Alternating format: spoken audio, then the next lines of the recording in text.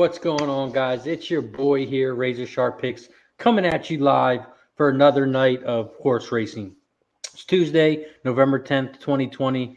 It's going to be a big night, guys. We got two big tracks going. We got Grants Pass and Mountaineer, and then we have a bunch of college football games as well. So you know we're going to have action in that. You know we're going to have action on the horses, thoroughbred, and I'm sure some people in the chat are going to throw up some harness races. So I appreciate all you guys joining us. As always, I see Alex was beat this tonight. Frankie Tubbs was in the house first. Appreciate you, Frankie, as always. Alex Ramirez in the house. Fat Wally, oh man, one of the best cappers in the chat. I appreciate you, Fat Wally, always coming in, and I always see you winning money. Sean, what's going on, Sean? Appreciate you stopping in. Dennis, what's going on, Dennis? Good luck tonight in round 3 for Mountaineer.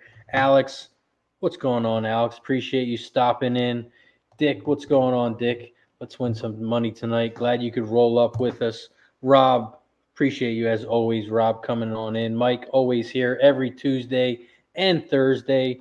Appreciate you, Michael. And, of course, the gang's not complete if Melissa doesn't show up. So I appreciate you, Melissa, as always, coming in Tuesdays and Thursdays.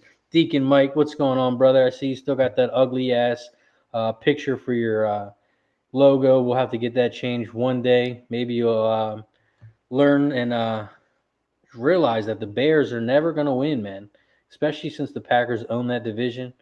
But maybe one day, Mike. Russell, appreciate you coming in, Russell. See you follow me on that golf bet we made, so hopefully we can make a big little ticket, go out and celebrate. Guillermo, what's going on, brother? You know how we do it. What do we have, like 5 or 6 or 7? I lost count, brother. That was a long, long night, brother. I was drinking at 10:45. And then Nick had the UFC fights on Pub Sports Radio, so it was a lot of drinking that day. Robert Miller, what's going on, Robert? Appreciate you stopping in. And let's get right into it, guys. You know how we do it here. We always bring on some guests, so they will be here shortly. Mr. Smooth, as always, Tom and Tom will be here. I'm sure Gas will pop up. So appreciate you guys coming in. And shout out to Pub Sports Radio, as always, supporting the show, sponsoring the show on their YouTube every Tuesday and Thursday night. Tuesday we go live every Tuesday, 7:30. Thursdays, every Thursday at 7. So make sure you press that like, subscribe, and this way you know when we're live every night, not just in horse racing, but we cover it all, guys. We got UFC, horse racing, football, basketball, NBA. My guy Billy does the DraftKings and all the DFS lineups. So shout out to Billy. See, he's in the house. Make sure you guys follow him on Twitter. Giving me some good picks for DraftKings. So I appreciate you, Billy. Yeah, 8 or 9. Who was counting, right? Shout out to G. We was killing it. All right, so let's see what we got. I think Grants Pass actually just went off. I actually did hit the exact end, the trifecta Mountaineer race 2. So that was nice for me. Got me off to a good start.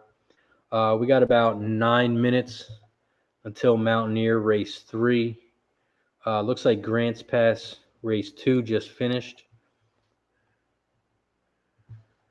So we got race 3, 9 minutes. We got a 5 furlong race.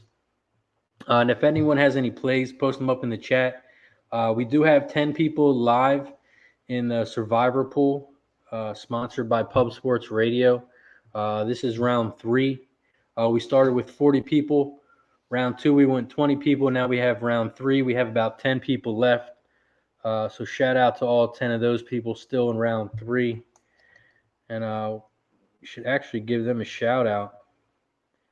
So let me pull up the 10 that are left. Because, I mean, they're killing it. So if you guys need some picks, check them out.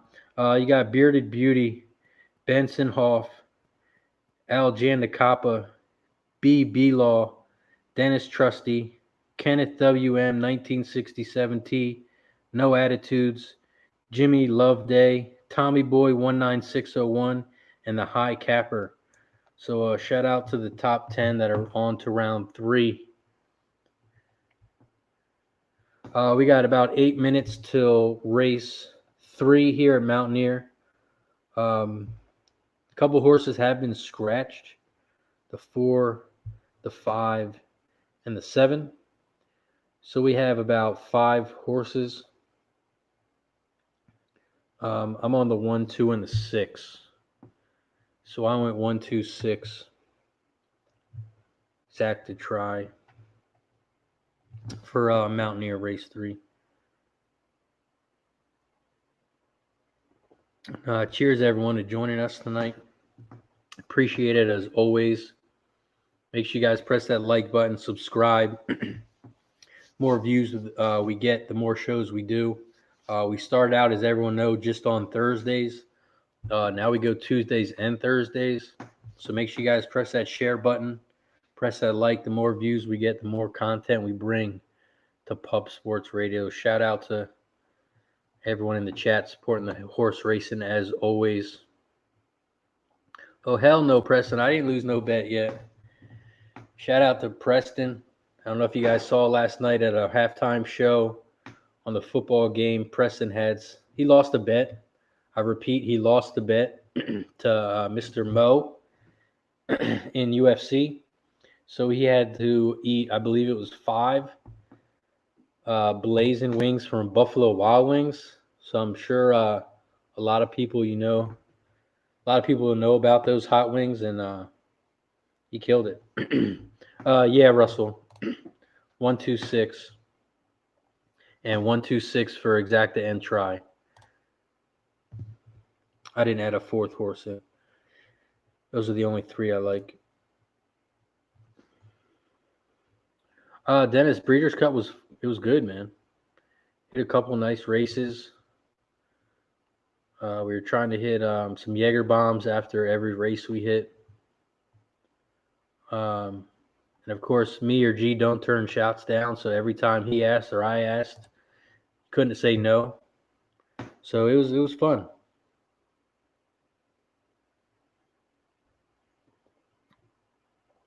Bloodthirsty in the house.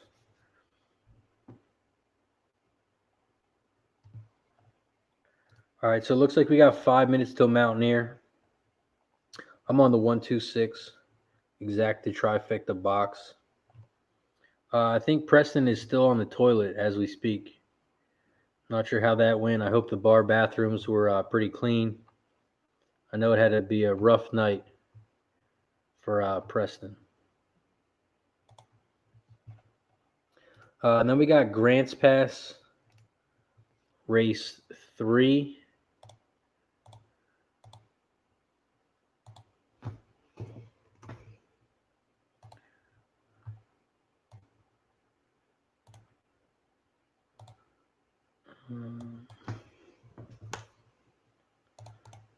Send something out.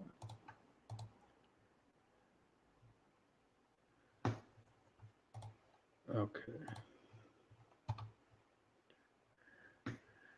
Joe, what's going on, Joe? Oh, okay. So you're the one in the tournament. Appreciate you stopping in, man. Good luck tonight. Connor Mack, what's going on, Connor? Let me know if you want to jump on, brother. Shout out to all 50 people in here already. 50 plus people here. We've been on for 9 minutes, so shout out to everyone.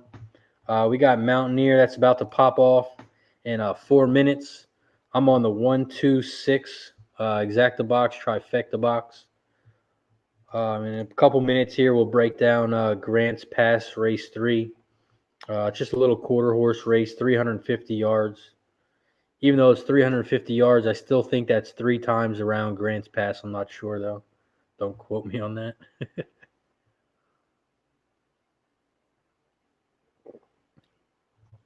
Yeah, what Connor said. We got 50 plus people in here. We only got 25 likes. So if you guys could slam that like button and press that share button that's right next to it as well. Let's bring some cappers in here. And let's win some money tonight, guys. If you like anything, I'm not just going to throw my stuff out. I'm not going to win every race. I do win a lot more than I lose. That's why I do this. But you guys are just as good as me. So if you got any plays, put them up in the chat. Maybe we'll cash someone money. I know we got some rookies in here. We got some experts in here. And we got some people that are just learning. So if you got any questions, pop them up. If I don't know the answer, someone in the chat will.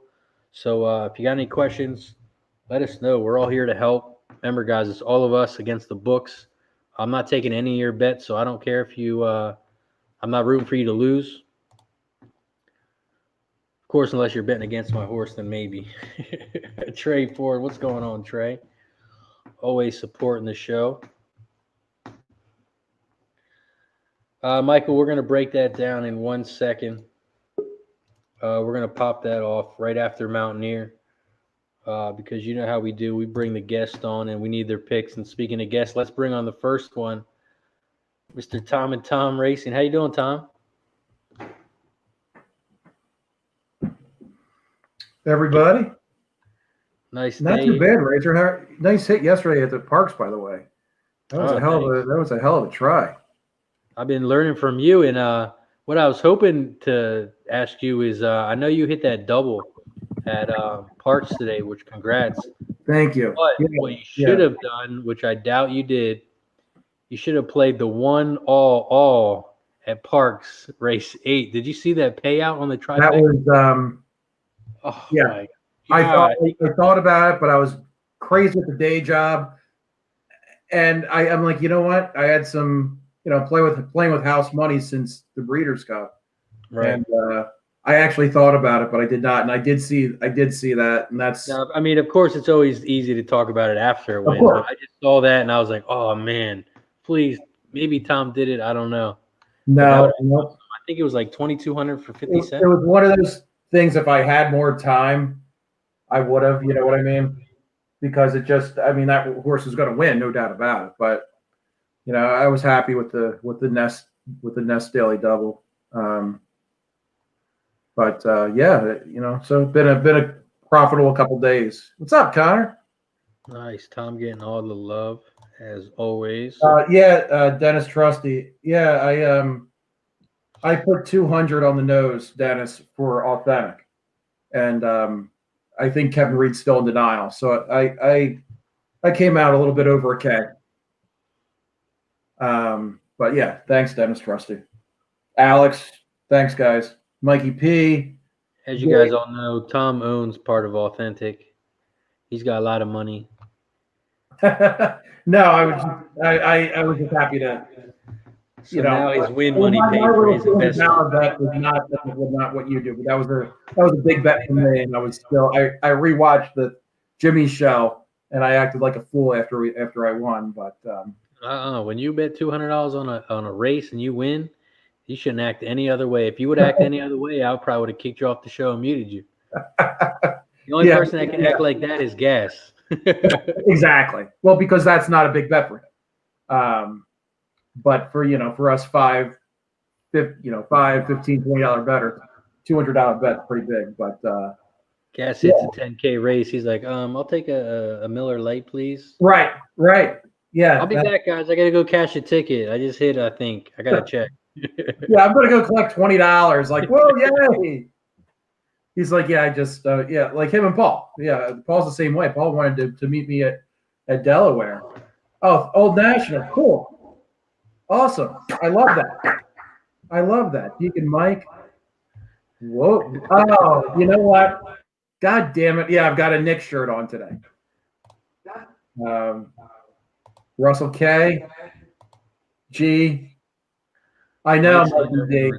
Hey, but a 3-year-old, just you're stud. All you're doing is making baby horses. Shit, that's not a bad life. What's going on, Black and Knees? Appreciate you stopping in. Black and Knees, what's up, my brother? Connor's on 168. Here at I think that's at Mountaineer. Mountain. 1683 try. This is the last day for Grants Pass until the spring. Until the spring. I don't know if you knew that. I didn't. Yeah, they've got something like 14 races or some shit. I mean, they're going to go on until after midnight our time. But they even have a little stakes race. All right, they're off in Mountaineer. The 2 got off to a good start. 2-1-3-8-6. The 2 is on the inside.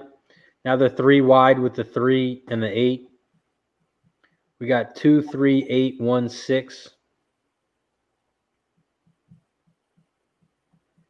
Now it looks like the 8 has moved to the front.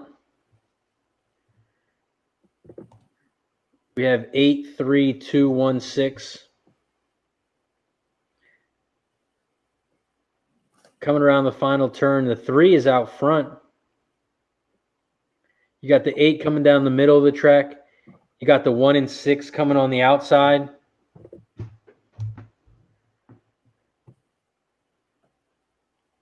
Come on, 6, go get him. Nope, 6 is going to be too late. God damn. It was 3-1-6, I believe. Oh. Connor got the try. Nice job, Connor. Yeah, nice job, our next guest, the Hitman, Mr. Smooth Ed. What's going on, Ed? I'm hanging in there a little bit late tonight, running late. Yeah, that's all right. Yeah, me too. Better late than never. Yeah, I know. I can't find you on my damn cell phone. I was trying to. Usually I can find it underneath YouTube, but I can't find you. Do you have Twitter on your phone as well? Yeah. All right, I'll send you the link to your Twitter, and this way you can just click it, and that'll send you to the YouTube. Okay, can I want to talk in the chat. I can get the picture, but I can't get in the chat. Oh, okay. I can't find you on here. Usually I can find you on YouTube, but you're not there tonight.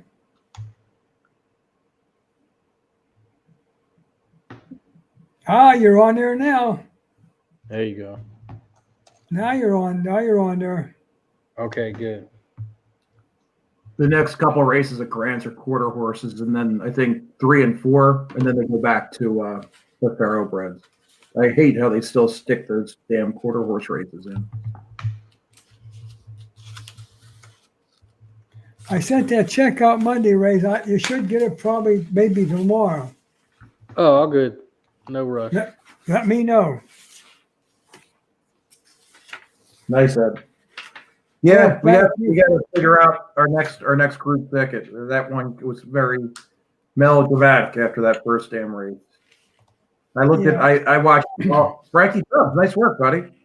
I watched the last 5 races the other day, the Breeders' Cup, and looked at it from different angles, and it's like, yep, I could see how each horse won, and I'm like, damn it. I had a couple singles. I think I had Nick's go, but I didn't have. Obviously we didn't have the pick 4 or the pick 5 or whatever. But yeah, you got to learn from your mistakes. I think we waited too long to set that pick 5 up. Yeah, got it in our head maybe. Thought about it too much. Yep. Not that I had anything to say because I don't play. But I mean, Christ, Delmar's got these big races, got these big pools, and we've got Guillermo, who is the Delmar King, could just feed us some information, and we could hit. It doesn't always have to be a Breeders' Cup day. It could just be a day when they've actually got the Grants Pass has got. I'm not saying I'm not saying let's do a group ticket at Grants Pass, but they have a mandatory payout, I think, for the pick 5 because it's the last day, that I might just put a couple bucks down just for shits and giggles. But I'm not putting $50 down at Grants Pass. Yeah. That's pretty good. I did see the payout was like $326,000 for the pick 5. Wow. Thanks, Fat Wally. I didn't even look at the Grace 12, Dennis Trusty. That's 12:30 my time. That's tomorrow. I will be I will be sleeping. So at that time, between the beer and the bourbon that I'm going to be drinking tonight, and then with a NyQuil. Yeah, you know what, G? You're absolutely right.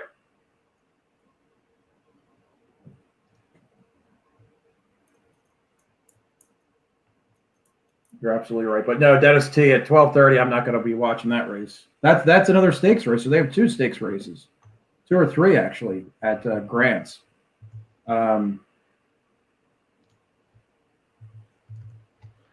right, so we got Grants race 3. I know Ed won't have anything on this because it's a quarter horse race, 350 Yeah, I have yards. nothing on that. Tom, you got anything with this one?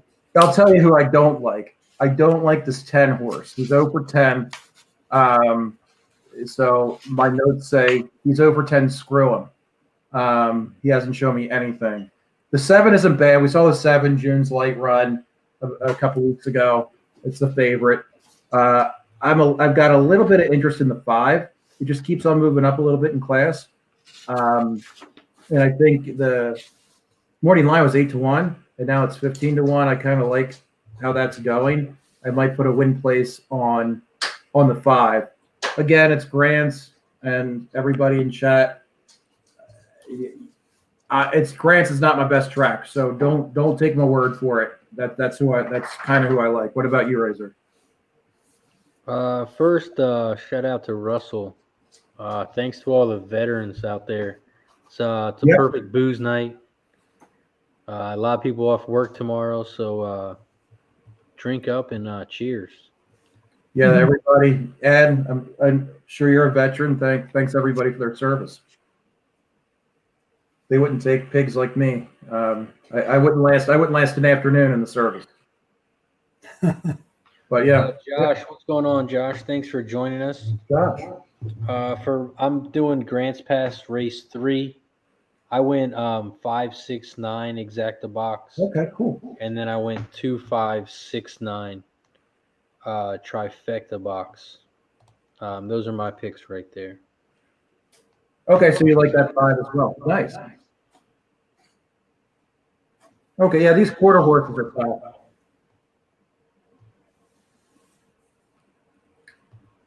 tough. Dennis says he would go 5, 7, 8 Grants exacta.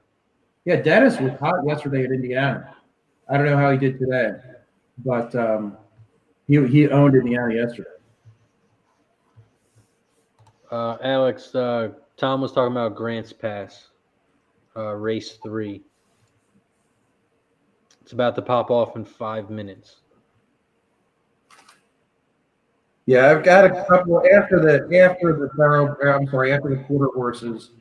I have a couple looks, but I think starting race 5, I took a little bit more serious look once the thoroughbreds start. I've been looking so much at Grants Pass on my phone, on Google search, all things you might be interested in. I'm getting local Grants Pass news on my damn phone now because I'm looking at Grants Pass race course. I'm like, what the hell? Like, I need a hobby. Like, I know who the new mayor is and shit. I'm like, I don't need to know this.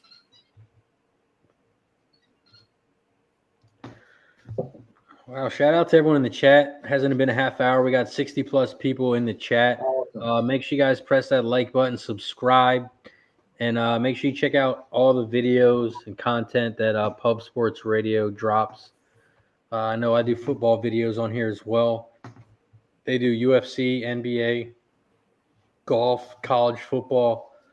Make sure you guys check us out, pubsportsradio.com on Twitter, Facebook, Instagram, and on YouTube. And Mr. Connor Mack just hit the trifecta at Mountaineer Race 3, and he's got a great college football show. So make sure you guys check it out. And if you like money, Connor's the man to check out. He sure is.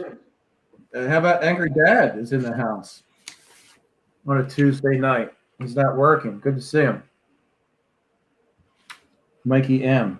Does he ever work, or he just says he's working? I've never seen him actually work. He's posted up in a hotel somewhere, laid up. That's what he says. Yeah. But you never know. That's kind of like what Ted Bundy did too. So.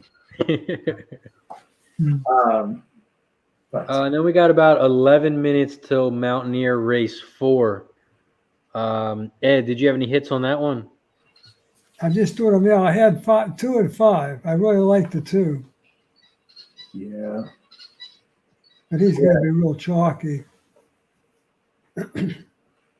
Yeah, the 2 looks pretty tough. I have the 5 and the 1 with that, just for a little bit of a price. It does look very chalky. Yeah, I went 1, 4, 5. Okay. Just taking that even money out, which is fine by me.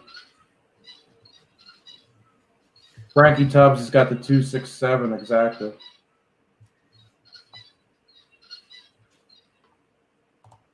Frankie 267. Connor Max might jump on tonight. He's got to run some errands. Yeah, it's tough for those guys on the West Coast. I mean, we're winding down our day. It's in the middle of the afternoon for them. Are you you're off from your day job tomorrow, Razor? Oh yeah. Thanks. All right, so let's go to Grants Pass race 3. We got about a minute until they pop off. Let's just run through what we got again. I went 569, exacta box 2569, trifecta box. Tom, who did you like? You were on the 5 Yeah, as well. I didn't invest too much time in this. I like the 5. I have 5 win plates and I have a 5-7 exacta box. And then my quote was screw the 10 because he's over 10, and if he wins, I'm just gonna throw my notes out the window.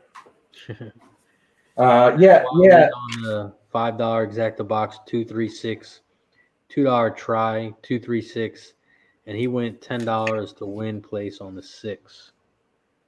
BJ Plum, after Mountain, if we have some time, if you want, I can talk about my racehorse. I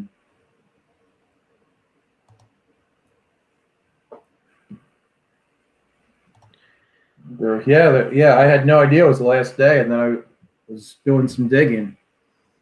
I think the track announcer there, Jason Beam, knows who we are. I tagged him, and he sent me a DM. It's kind of cool.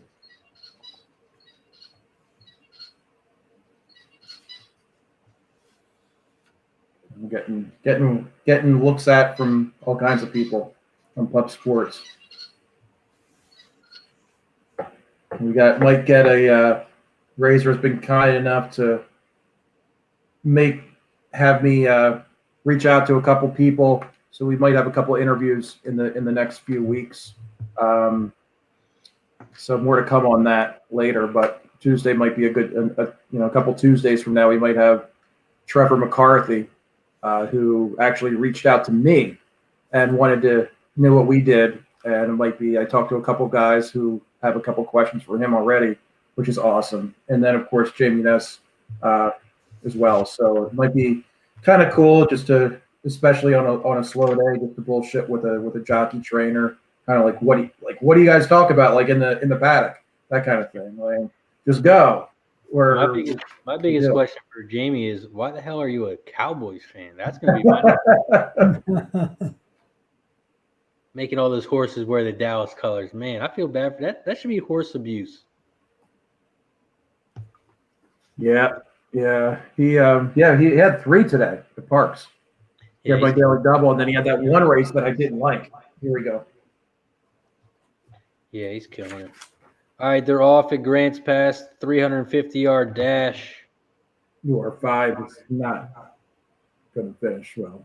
Looks like the 8's coming late. The 4's in the middle, coming to 7 as well. It's going to be I don't know. Was it the 7 or the 9? I think the 9 won. I think it was a 9-7. Yeah, I like the 7, but not the 9 so much. Yeah, I had the 9, no 7. When are we gonna? Yeah, see shit like that. We should have paid attention to each other.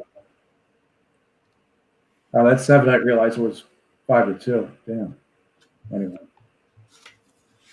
5 was not impressive. I guess it was 30-1 for a reason.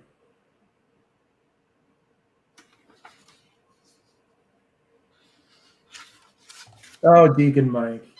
Connor's going 5-6-1, 5-6-1-9, try Mountaineer.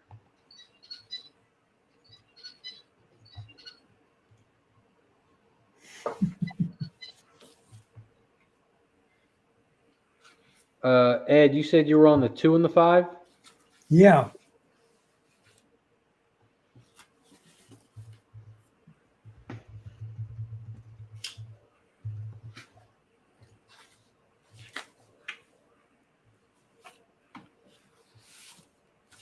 Yeah, it sucks. We're not going to have Chucky Town on Thursday again.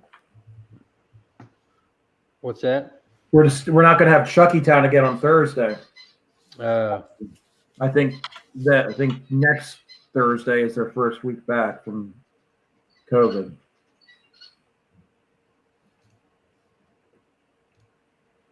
You see, Ben Roethlisberger might have it, you football fans. yeah, I saw that. Yeah. Boy, it's getting horrible in my area now. It was really mild. Now it's horrible. They don't want me to even go out. Oh But I wow. can't stay in.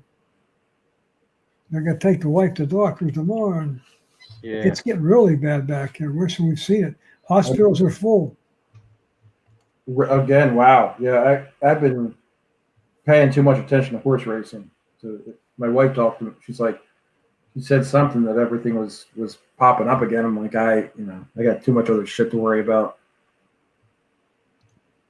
But yeah, Ed, you got to be careful, man, especially with you and your wife. Oh, yeah. We're done. I mean, I had lymphoma one time, and she has bad lungs, so we're screwed. Right? Yeah, I remember you telling me that before. So yeah, just be careful, man. I try, but had to go out and get some wine today, and I had my son does something. They can't do everything for me. In my business, I go, what are you going to do? I try not to. Hope not. Yeah. We'll see. How about that Notre Dame game on Saturday? That was something else. Yeah. Wow. Oh Christ! That was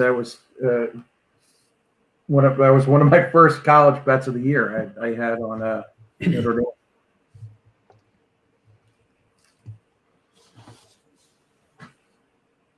Yeah, we'll see. I mean, that's still, you just beat the number one team. You still get no respect. Still not you beat the number one team. You should be the number one team, especially if you're top 5 or top 6, whatever they were.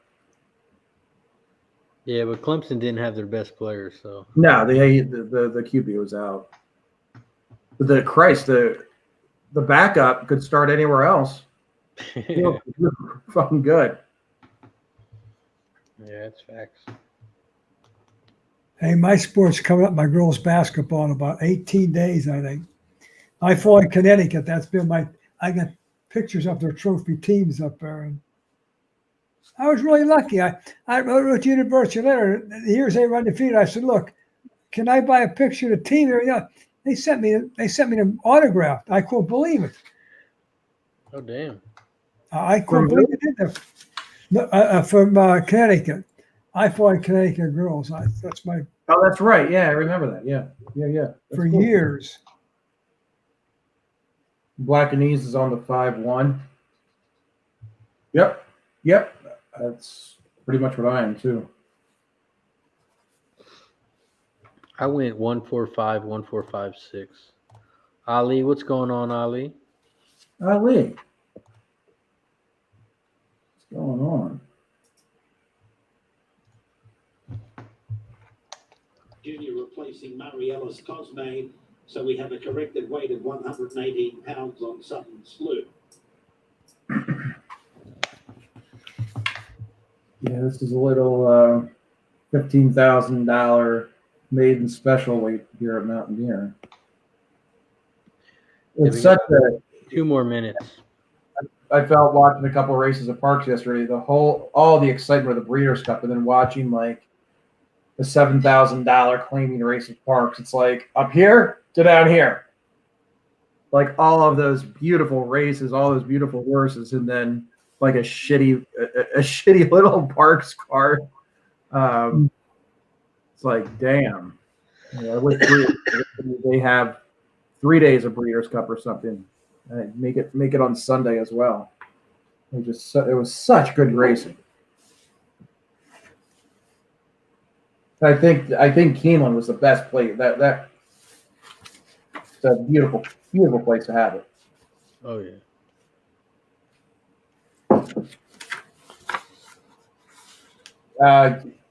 What Dennis Trussy, if you're still in the chat, have you ever been to Keeneland, or has anybody ever been to Keeneland that's in the chat? I haven't. No, I'd love to. When you're young, you got a lot of time. Time's running out for me, and I ain't seen shit yet. Oh, come on, Ed. Jesus Christ. Come on, Ed. I keep saying next year, but I don't know when these times next year ain't going to come. Plenty of time. Plenty of time, my friend. Hey, what do you like? 65, 70? 79. No kidding. Now. Yeah, for all I went through, it's a miracle. Oh, Giggs looks down the street from Keeneland. Wow, that's cool. Need to get some behind the scenes photos. It just looks beautiful.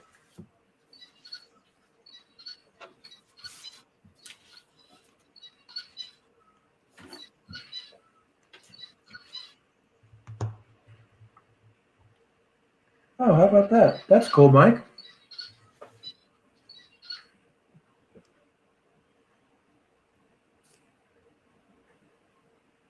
Yeah. It's Mid-Atlantic, boys. We're not that close to it. Okay, what's going on? Okay. 4 of his survivor horses scratched. Holy shit. Oh, no. Oh, shit. Oh, this 2 is now even money. Sorry, Okie. That's just... Okie, go ahead. Okie, you can message me. You can send me some new picks for your just do races 5 to 9. And give me 3 more top picks. I don't want you to go out that way, man. Oh, man. Yeah, 50 people at 8 o'clock on a Tuesday. This is awesome. We got college football on too. I'm on Miami, Ohio. I got them at plus 9.5. Game just started. It's 0-0.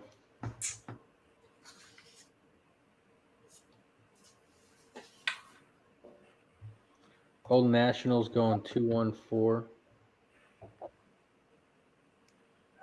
Man, this 2 is even money now.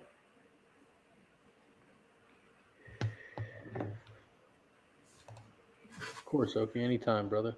Appreciate the support as always. All right, I don't know why. Getting ready to pop off. And then we have a little bit of time until Grant's pass. Looks like we got about 18 minutes. What were you saying, Tom? I'm just digging in while we have time, kind of like what we like to do. I have no idea why this 2 is even money. He's got seven starts in his life, and he's got the last time he finished 3rd. That was back about a month or so ago. But it was on a floppy course. I don't know. I bet on him, but I can never figure out odds sometimes, especially at tracks like Mountaineer. Gary Johnson's the trainer, who is not, from what I understand, is a very nice man, but he doesn't have great odds, great stats here. Who, Gary Johnson? Yeah. I'm trying to talk myself out. I got 18 hits on him. On Gary or on the horse? On the horse, too. No, I bet on him, but I do this thing where I try to talk, especially if it's chalk, I try to talk myself out of it. It's a good way to do it. I dig, and see what happens. Black and Easy's on Bowling Green first half plus 8.5. Oh, okay. Gerardo's on Miami, Ohio, Buffalo under 56.5. What's up, Gerardo? Here we go. It's the long march of death here, as Gas likes to say. It's the at Mountaineer, the retirement home. Look at them all. None of them even look like they want to race. They're like, can I just eat oats?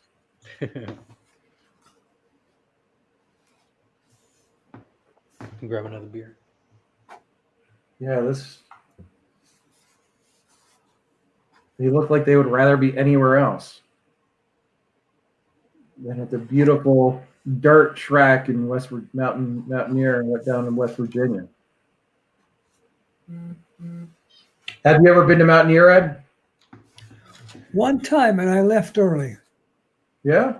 We were down there looking at some things in Pittsburgh, the wife and I. And I don't know. I just didn't care for it. The reason I didn't care for it, I'm not complaining about it.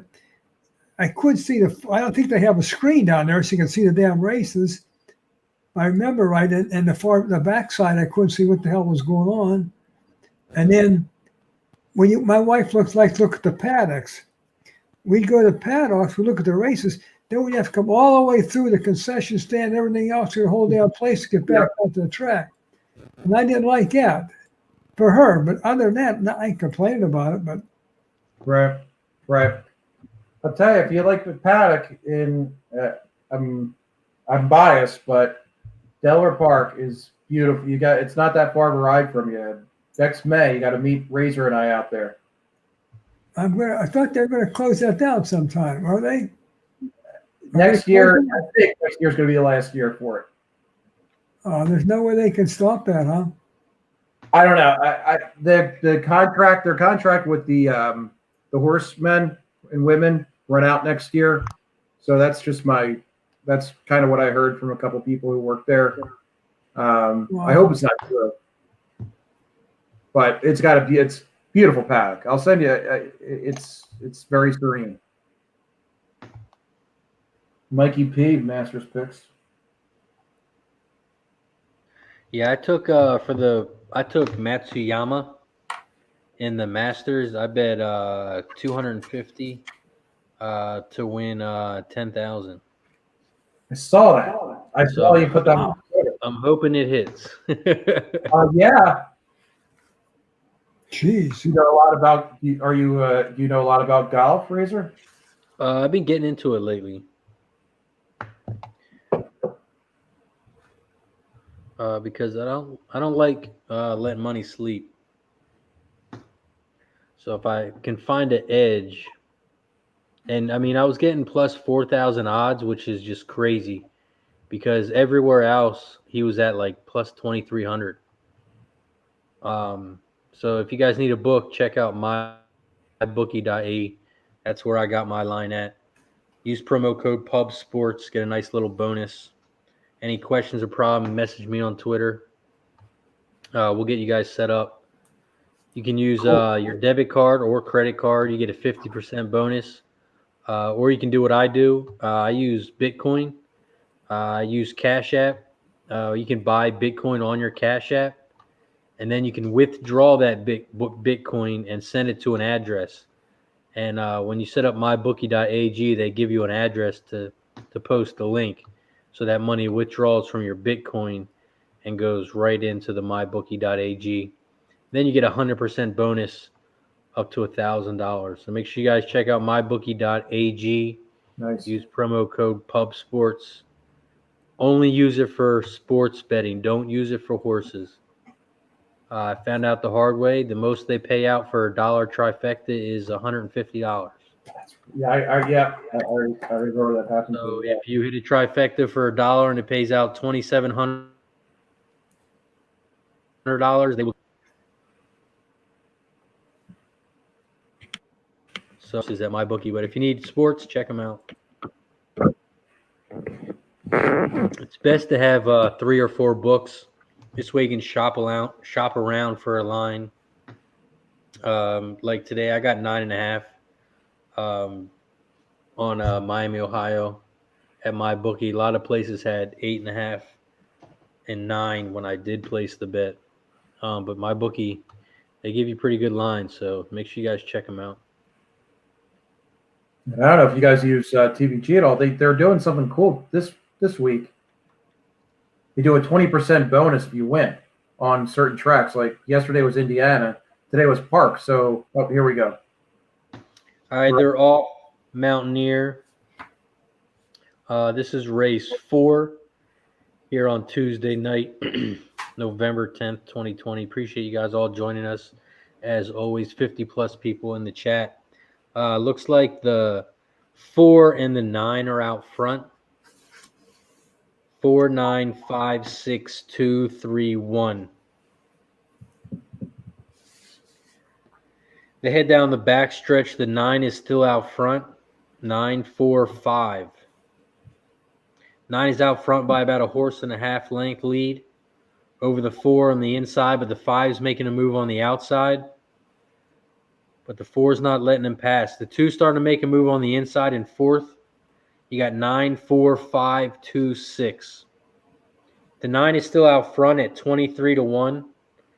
And then they're about 3 wide behind him in second place with the 5, the 4, and the 2. 6 is also starting to make a move. He is in 5th place. The 5 has moved to the outside and is making a move on the outside against the 9. And then you have the 2 coming on the inside. Drop 9. The 2 is the favorite at even money, 1-1. 6 is making a hard move on the outside. They're coming around the final turn. The 2 is on the inside, the favorite at 1-1. Oh, here comes 6 is on the outside. The 9 is in the middle. And then you have the 5. That's And 6. 6 is Oh, going to win damn. at 37-1. 6, 9. 6, 9, 5, 2.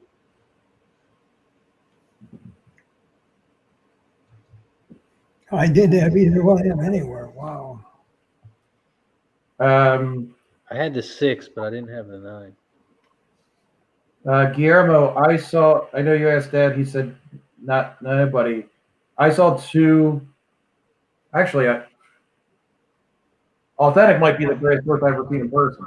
I saw him at the Haskell this year, but I also in person saw Smarty Jones and Barbaro and Maximum Security. Wow. But yeah, saw Barbaro on like a crappy day at Delaware Park. It was his first race, and saw Smarty Jones win. But yeah, but I think I might just have to say Authentic was the greatest one I saw in person. I got about Frankie Tubbs, really? Shit, nice work. Nice job. Yeah, way to go. That's Frankie Tubbs' second hit today. 369. Yep. Melissa had the 9 for a show bet. Nice. That's gonna pay sweet. 9, 5, 2. God damn, that's going to pay huge. Nice work, Frankie Tubbs. Damn.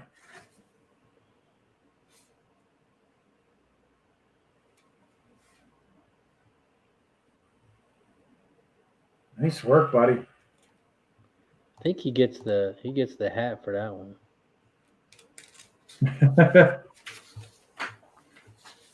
Awesome.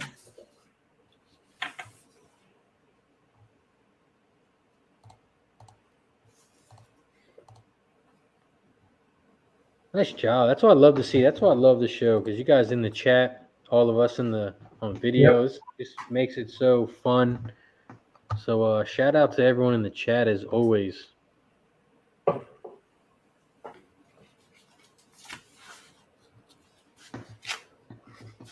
Yeah, is Frankie in the contest? If he did, he won, like Dennis Trusty just said. I'm not even sure. Yeah, I mean, if he is, just he moves ahead. And then some. $69 dollar exacta paid $289. 50-cent trifecta paid $765. Nice work, Frankie Tubbs. Damn. Cool. Cool.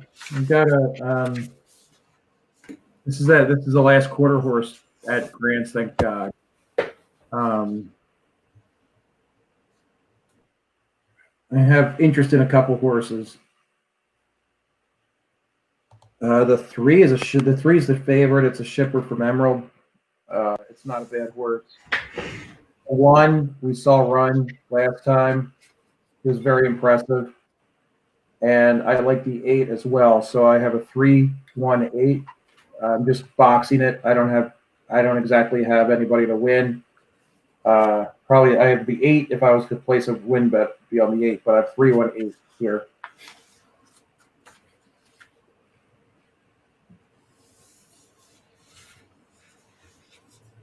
Nice, Melissa. You've had a nice day.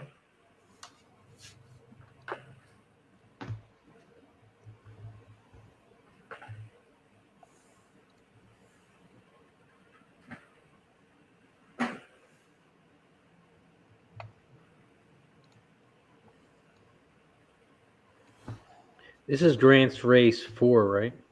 Yeah. Yep. Yeah. All right, I went 7, 8, 9, and then I threw the 4 in for my try. I actually really don't like that 3. No. Okay, it's not my horse. I liked him at Rembrandt last time out.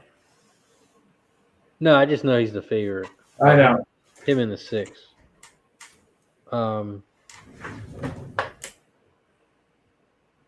It was actually between the 7 and the 3. I just like the pace a little bit more for the 7, because I'm always on the pace. Yep. Pace makes the race. So I left the 3 out, and I put the 7 in.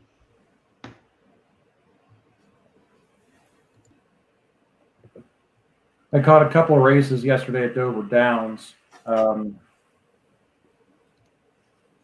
Still can't. Not that I won. I watched a few races and blew a couple cents. Just that harness. It's tough to wrap your head around.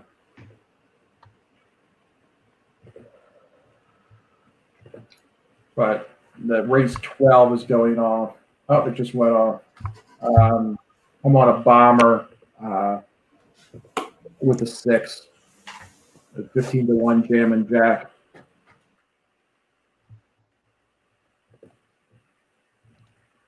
Probably finishing last.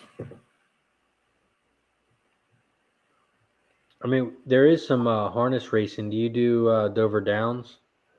Yeah, that's what I was just saying. I went down yesterday. I caught the first 2 or 3 races. I was in the area, and yeah, for the record, they do run right where the NASCAR track is on the inside. It's kind of cool. Oh, they do? Yeah. Oh, okay. Yeah, we're talking about, I don't know, last week or the week before.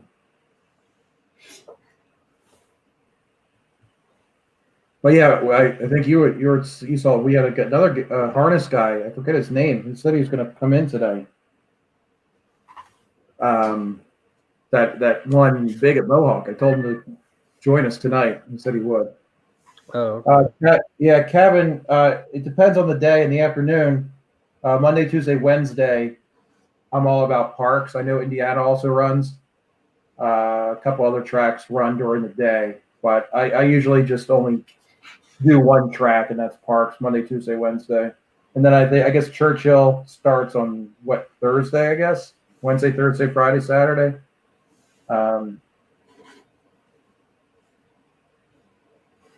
Let's see who won here. The damn 4 to 5 favorite won at Dover. 7-1-2. My 6 is going to be at a glue factory.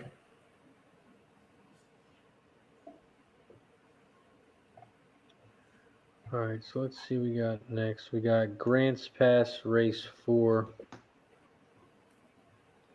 That pops off in about a minute. And then we have Mountaineer Race 5. About 11 minutes. Ed, what kind of hit you got on this one? I like the 2, but a lot. I like the 2, but he's going to be chalk, and the 5 a little. Other than that, I didn't have much.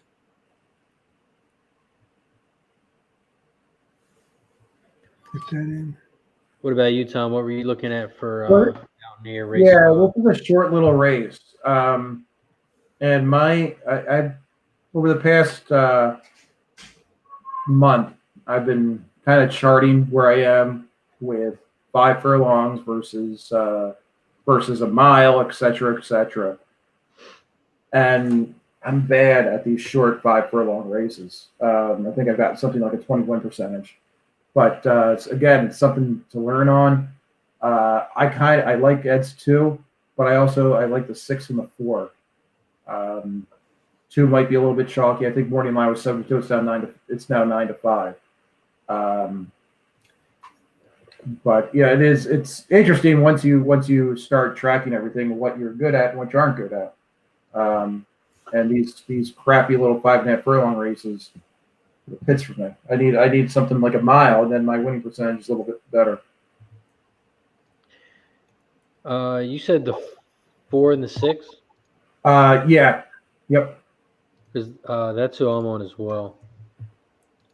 I went 1, 4, 6, exact the box, and then I threw the 7 in. Okay. I think the 7 has a chance of winning if you're looking for a long shot to win. I love his late pace here. I think he has a chance of flying by at the end. Yeah. Now let me ask you, Razor, and this is if anybody in chat too might want to know. I know you're a huge pace guy, and so much so that you're teaching me. For a race like this, again, I'm trying to improve myself on these shorter races. How do you determine for a 5.5 furlong race? Is that a good combo between pace and speed, or are you primarily looking at pace for something like this? Well, I try to always look at pace, but I try to look at the speed as well. Kind of hoping they go hand in hand. Gotcha. The 7 horse has, I mean, for the stats wise on TVG, the finish pace is 8.1, and second place is all the way down to 5.7. So it's a pretty big gap that the 7 horse has compared to everyone else. Everyone else is in the 5s and the 4s. Huh. The 7 horse has an 8.1. Oh wow. Cool. And I know, Ed, you're Mr. Data. But does pace for speed matter on the distance of a race for you? Yes, I look at more just data. Truthfully, we're not a true data handicapper. A true data handicapper is like Kevin's equine edge, where you see nothing else. You see nothing else but data. In other words, anything about the horse, it's just all data. Well, I look at here like I have what they call pace and per numbers, and I have like ESPN numbers and stuff like that. I look at too. So, but not true not true data, because true data, you just like we do have a true data in our program, but all you're looking at, so you put a bunch of numbers in, and you give their percentages, and somehow you come out with a number. I understand. And we don't. Gas and I don't actually do that. But I can tell you what, in my figures, who ran the fastest pace in the last 10 races, or who ran their fastest per, which is the 2 furlong and the finish. I can tell that. I look at those also. Cool. Always good to get, and I still, to a certain extent, do like old school hand capping. Like I look at past performances, and things like that, and kind of have my own little matrix that I do for some of the bigger races for parks and stuff. Just everybody has their own different way to look at things. Grants Pass final was 10.87. Data handicapping, to me, someone takes the fun out of racing, because you don't analyze nothing, you just get a number. Right. So you look at it's like a speed figure, you get the number. Like if all you play is buyer's numbers, you don't know anything about the race. But if that's what you want, hey. What's up, Gavin Henry? Michael hit Grants. Nice job, Michael. Mikey P. Just for him. Nice job, Mike. What's going on, Gavin? 1-8-10. Well, what did it finish at actually? 10.873. Oh, 10.8. Yeah. I had the 8 and the 7, but not the 10. Yeah, I had the 8. I had the 8 and the 3, but I had the 1 in between. I didn't have the 10, so it doesn't matter. Let me ask you a question about TVG, Race. When I watch Twin Spires, across the bottom of my screen, it tells me every race I want to watch and how much time in a race. And the only reason why I didn't go to TVG, which I like their platform better, but I couldn't tell when the races were going to occur. And I emailed them about that and we talked, but I still couldn't understand the guy. That's the only reason why I play Twin Spires. Look at the bottom of the screen to tell me how many minutes every race. TVG doesn't have that option where it's along the side, do they? TVG is just on the left side. And you can see every race. And is it automatically up there all the time? You can see it. Just look over. Yeah, so Okay. like Dover Downs is off in a minute. They do it by how many minutes, and then once the race goes off, they take it away, and then the next track goes up. Can you see all the tracks that are coming up, like 3 or 4 at one time, or no? Yeah, you can see like Dover Downs 1 minute, Flamborough 1 minute, and then you got Mountaineer 4 minutes, Northfield 8 minutes, Yonkers 13 minutes, and it goes Okay, down see that. all the way for about an hour. It shows Okay, 50 I'm gonna have to get over there and learn that because I didn't. That's why I don't use them because I didn't know what the hell the races are coming up. I'll have to look at that. Thanks, Race. I didn't know that. Yep. Yeah, Mike. And I like to support them because they give you some free races. You know, Yeah, Twin Spires don't give you nothing free. right. Mickey P, it's not a Jaeger shot. It's a beer, but I'll cheer for you. Nice work, buddy. Proud of you. Broke your cherry. Good work, buddy. All right, so Mountaineer, I went 146, 146.7. I put a little win on the 7. Yeah, I tailed that 7, Razor. I like your analysis of that. I've got 6, 4, 2. I'm going to switch over to TVG. What the hell? For an exacta box. Miami, Ohio almost blocked the punt. The kicker shanked it. Miami's got the ball at the 40-yard line.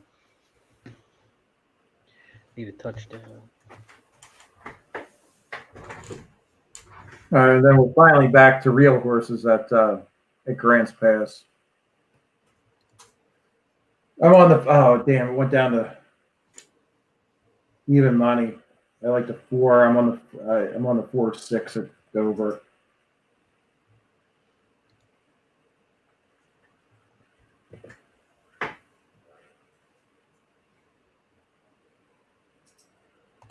There you go. Gavin Henry said his cousin is training at Parks. Just got his official license. Gavin Henry. Yeah, remind me of that. Send me a DM because I'm not going to remember that. Let me take a picture of that. Can you pop that up again, Razor? If you don't mind. I want to take a picture of it. Cool. Thank you. Don't lie, you're taking a picture of Ed. No, I got the name. Yeah, I got Gavin's name because I wouldn't read. I don't remember your name by the end of the night, Razor. No. That's awesome, though. I'll have to take a look. Yeah, I think you bet Parks a little bit, so that might be some good information. Yeah, no, that's pretty much what I don't do much towards the tail end of the week, but yeah, I hit it pretty hard on Monday, Tuesday, Wednesday. It's treated me well. It's treated me well the past couple months. So did everyone hear about Tony La Russa? He got a DUI before they signed Back it. in February or something. And as he was getting arrested, he told the cops, "But I got a ring. Do you see my ring? I'm a Hall of Famer." I didn't hear he said that. And they still cuffed him up, put him away in the cop car. So now they're not sure if they're going to keep him or not. Really? I mean, I guess if he lied in the interview and said But I mean, that's I thought it was a really ballsy move by the White Sox. I loved it when they hired him. So I it was just a couldn't very believe they ballsy. hired him. He's up there in age. Yeah, but I liked how. I mean, he is the opposite of the Gabe Kaplers of the world and all these. Seeing how players' feelings are. He doesn't give a shit. He just tells them to go out there and do what needs to get done. Yep.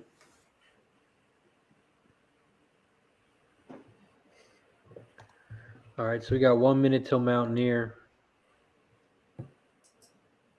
And then we have 19 minutes till race 5, Grants Pass.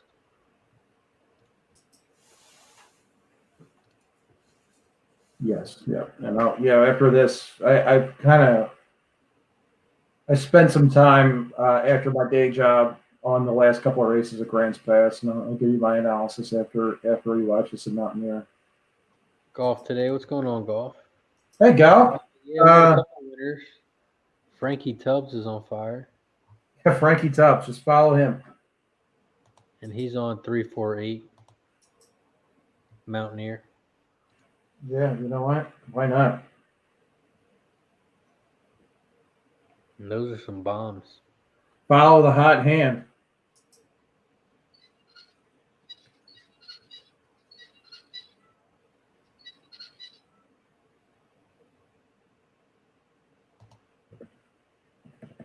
Ed, you pretty much work all the time, right?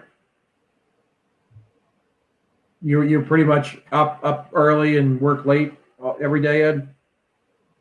Yeah, it's just trying to stay with this virus now. So my son's taking care of some of the buildings, but it's like tonight. I wanted to be on the show, get all planned, and I got four phone calls before about putting a roof on, and Section 8 calls me about housing, and then they need everything right now. Get on your computer and do this. I said, I got races tonight, lady. But Speaking of races, they're off race 5 Mountaineer. The 2 is out front.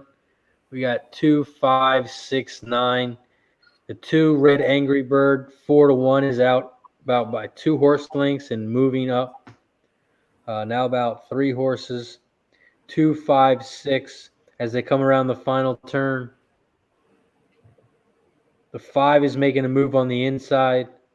Oh yeah, fine. And the 5 is going to run away.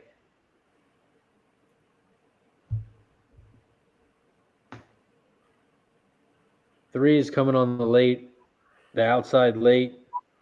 Might get up to second. It's going to be a 5. 6 or 3 might have got second. Yeah, TAS had that. TAS had 5, 6, 3. Nice.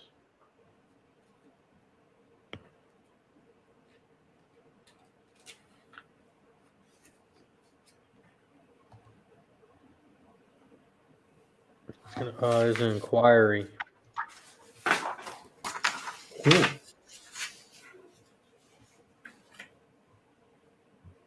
All right. Well.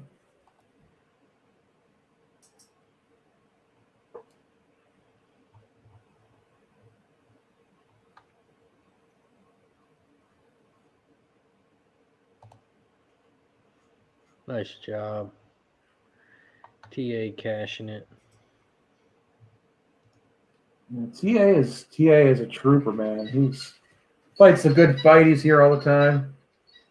We got USMC in the house. What's going on, Devil Dog?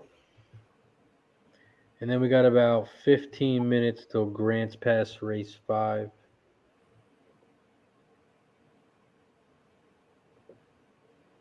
I'm going to be both so happy and so sad when Grants Pass card ends tonight. I love making fun of it, and just like I love our over analysis of $5,000 races, but I hate it because they're going to put a fucking monument of Tom and Tom up there. I've donated so much money to them without them paying me back. Mhm. Yeah, golf. That's fine. Have him message me as soon as he can for races either 6, 7, 8, or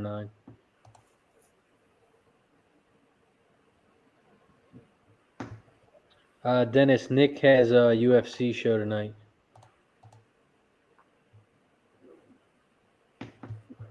5-6-3-2 was the final Mountaineer. For this grants, I'll get right into it, and then I've got to get a beer. We've seen a lot of these horses run before.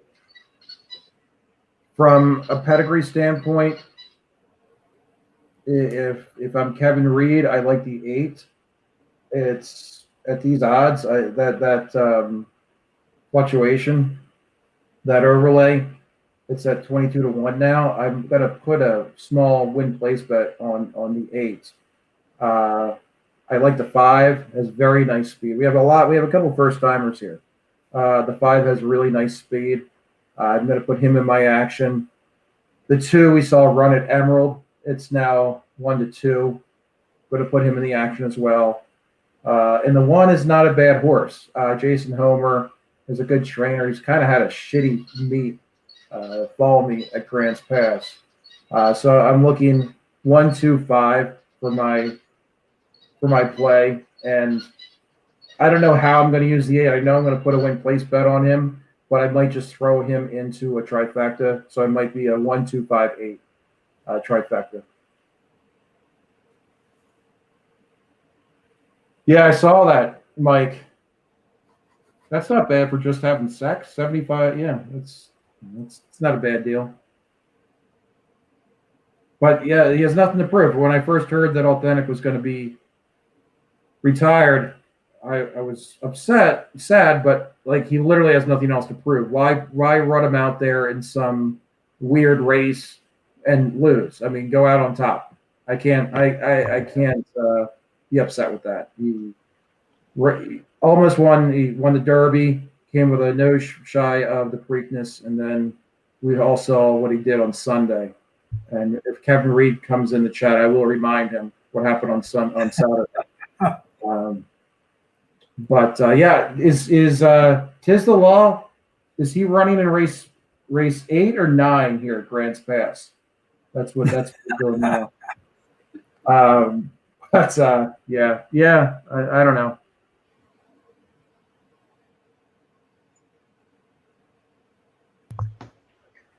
All right, so we got Grants Pass race 5.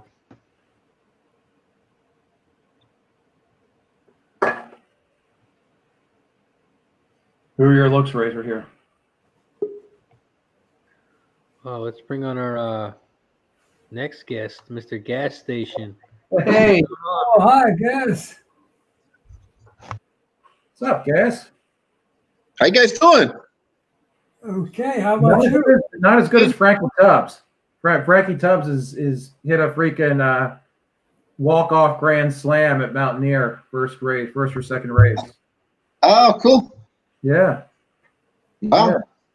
I really haven't had too much to bet on tonight for the horses. Yeah.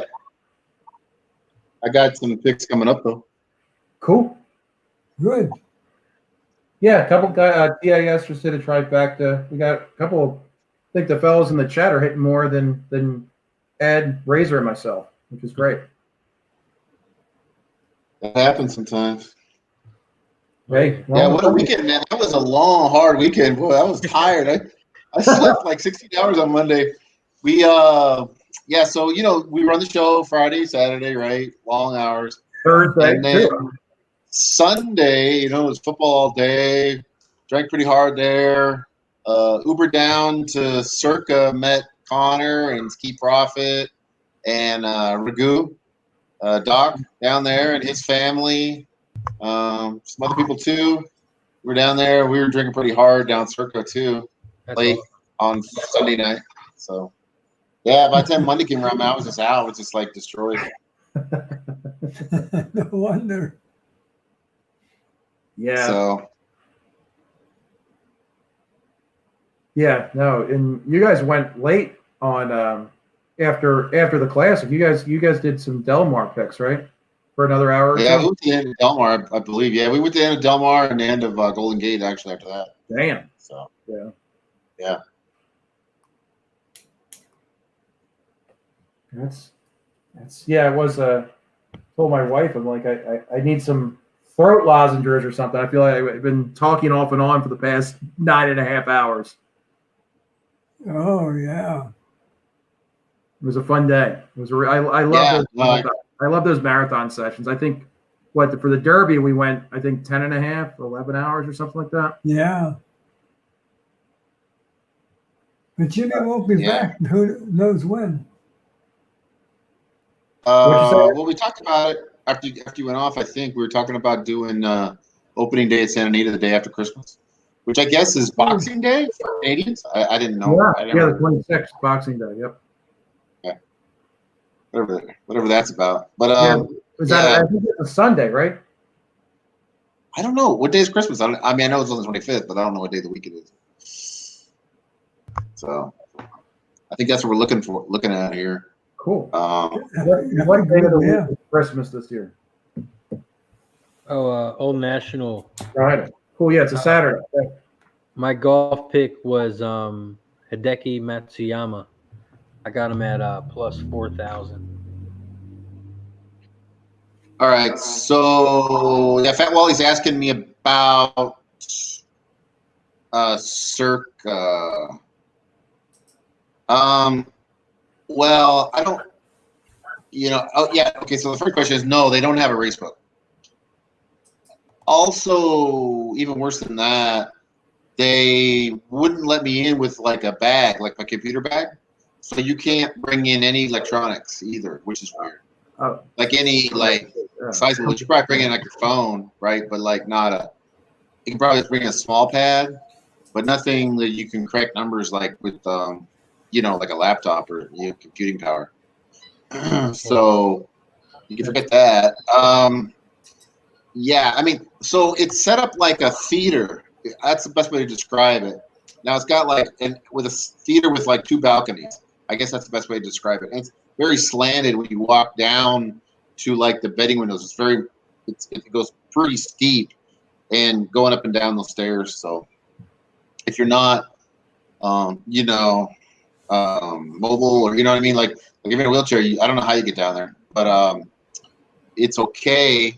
The place is, pretty nice and all, but it's just weird. I don't know. It has a weird vibe to it to me.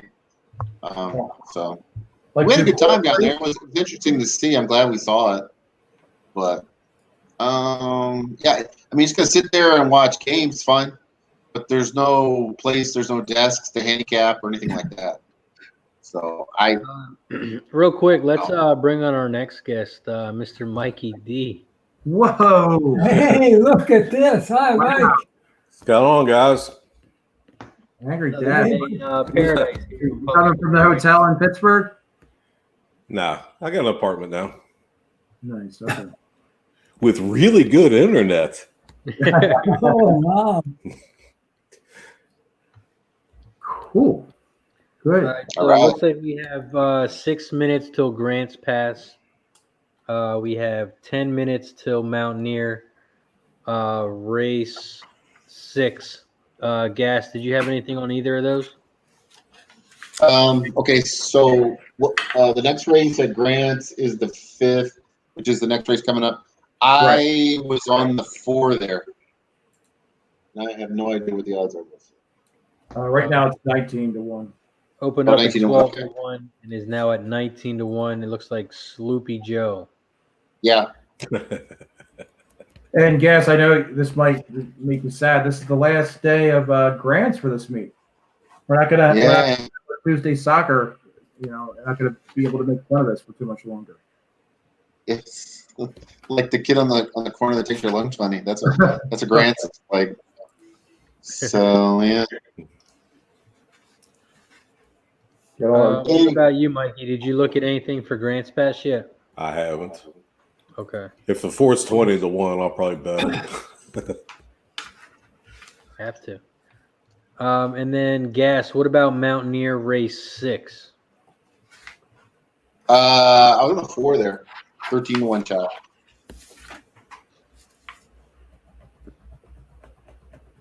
Yeah. That's a shame the 2 got scratched.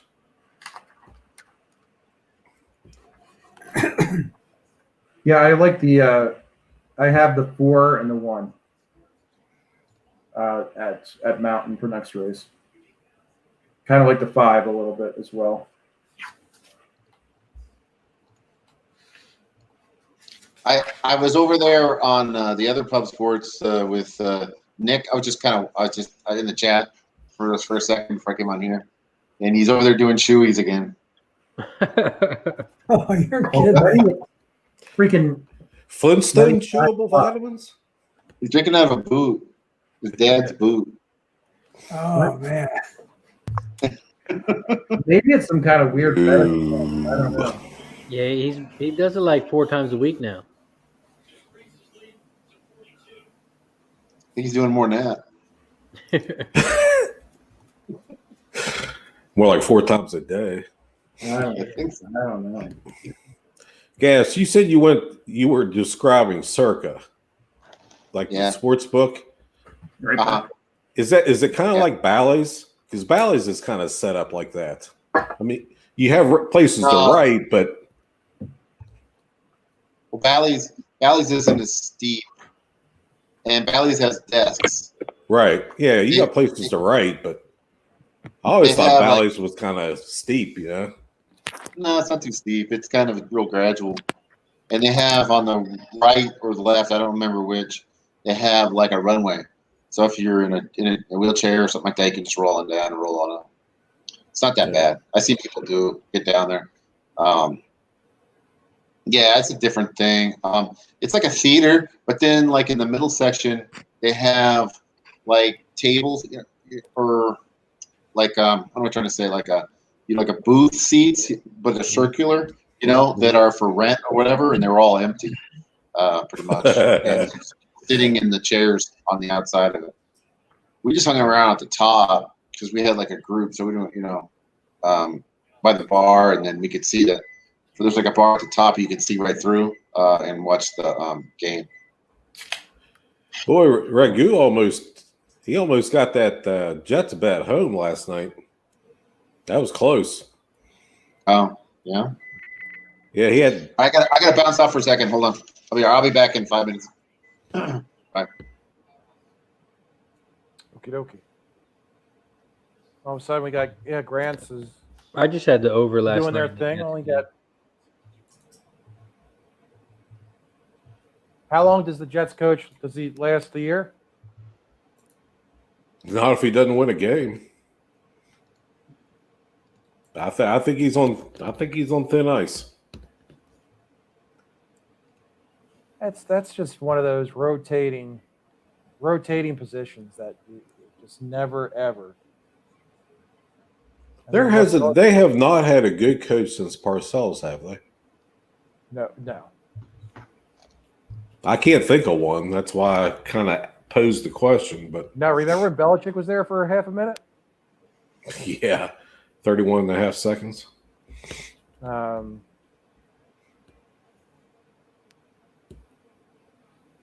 that's just a losing, always will be, Back in the 60s, Joe Namath and shit, that was a little bit before my time, but they had a couple good teams in the 80s, but it's just a losing organization.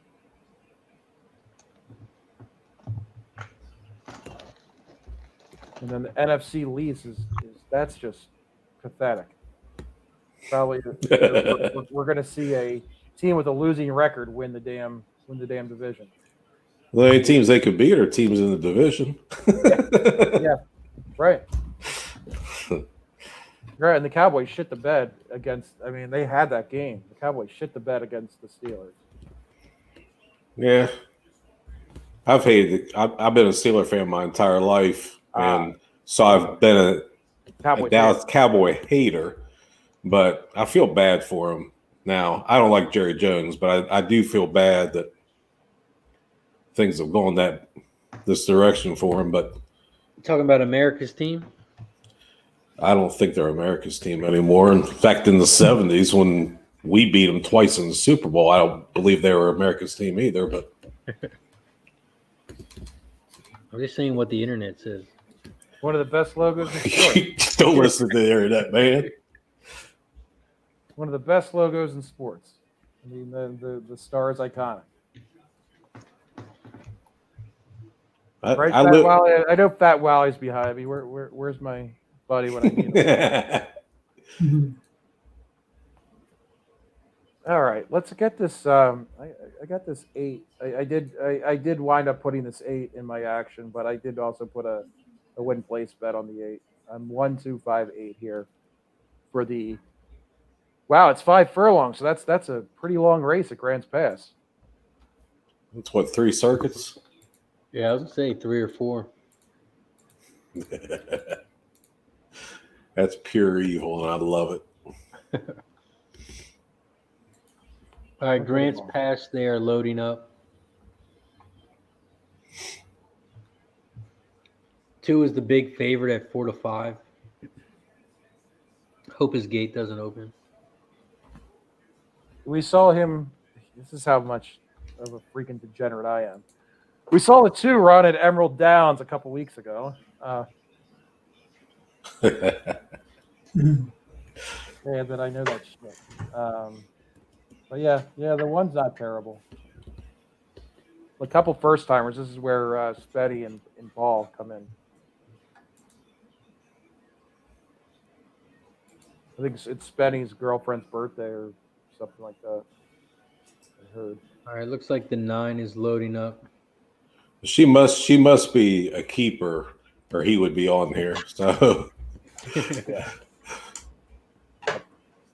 She must sure be she is. that's the only way I can explain it. All right. All right, they're off at Grants Pass, race 5. Looks like the 6 is going to get out to the front. The 6 and the 8. 6, 8, 2 or 6, 8, 5, 1. Whoa! Oh, That too forgot didn't realize there was a turn there. That's fine. It's like a greyhound race.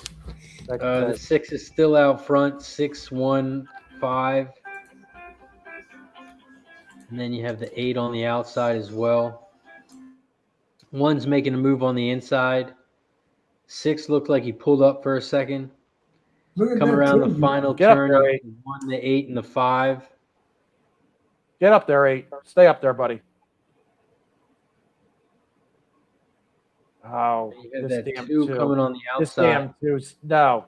Get back here. Look at Get that back two. Look to at that. Oh, man. 8-2. 8, 2, 10, 1. Cash the. But is that 2 going to get an inquiry for the beginning of the race? I mean, not the beginning, but that turn. I don't know. I'm just asking.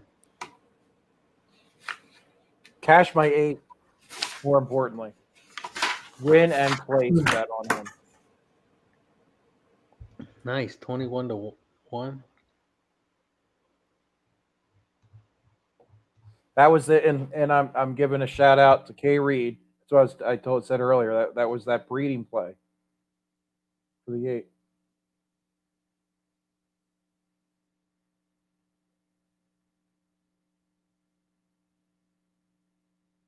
I don't get the hat. My feelings are hurt, Razor. Thank you.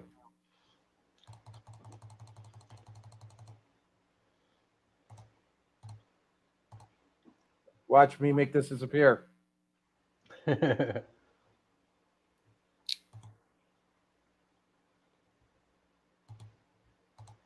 Nice job. 21. 8, 2, 10, 1 was the final.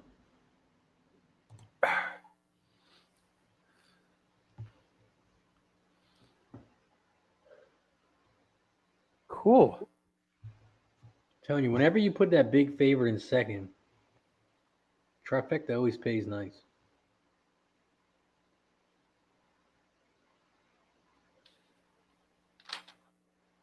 Thanks, Mikey.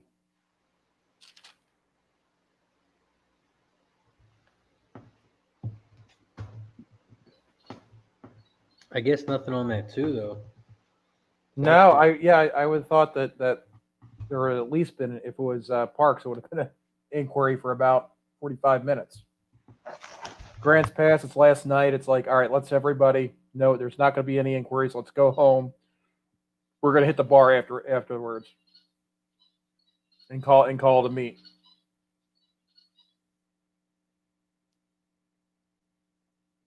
Jose Figueroa, I owe you a beer, buddy. All right, Mountaineer race 6. They're getting in the gate now, getting ready to pop off.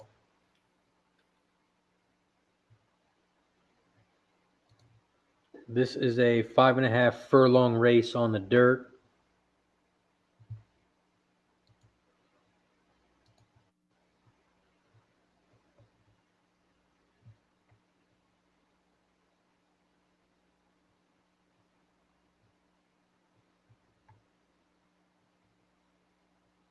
Oh shit! There is an inquiry here.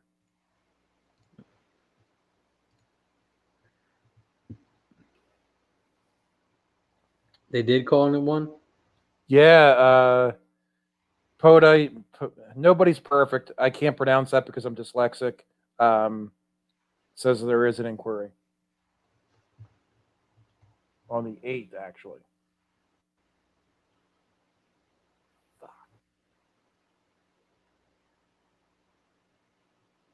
Come on.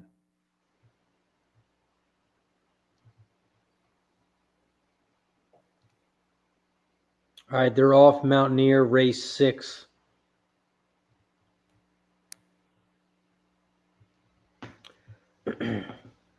Looks like they're 4 wide right now. You got 1, 3, 4, 7, 5. So they are just 5 wide as they ran the first quarter and almost 23 flat.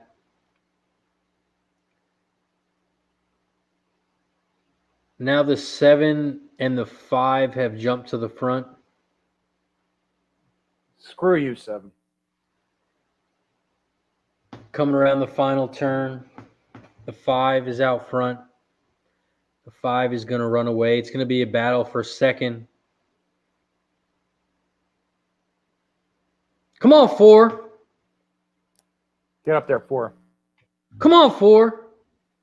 4 is not going to catch him. God damn.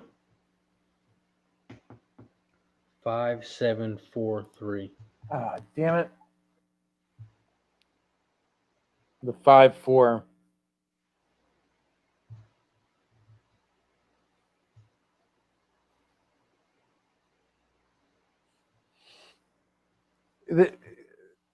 The camera work at Grants Pass is phenomenal. At like a strip mall or something, just waiting for this thing to be official.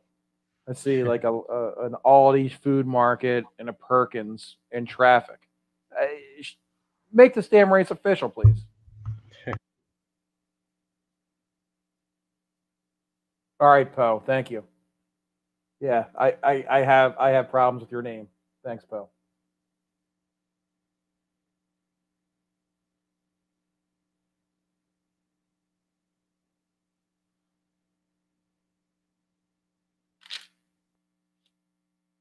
And Ryan G, love hearing that. I'm glad you cashed for what I said. $45 winner, 14 to place. Very good. Nice job. It's official, thank God. I just had to put brakes on my car, so that'll help. I didn't put brakes on it. I don't know how to do that shit. I had to pay somebody to do it, but that'll help on the bill.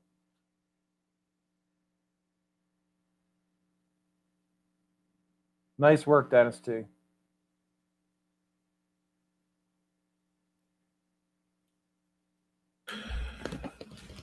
Sorry about that. I got a phone call. You're a popular man. I wouldn't go that So far. good. I didn't even notice you were gone. Maybe you're maybe you're a wanted man. I don't know. Well, nah, never been in trouble with the law yet. You notice how So he said "yet," right?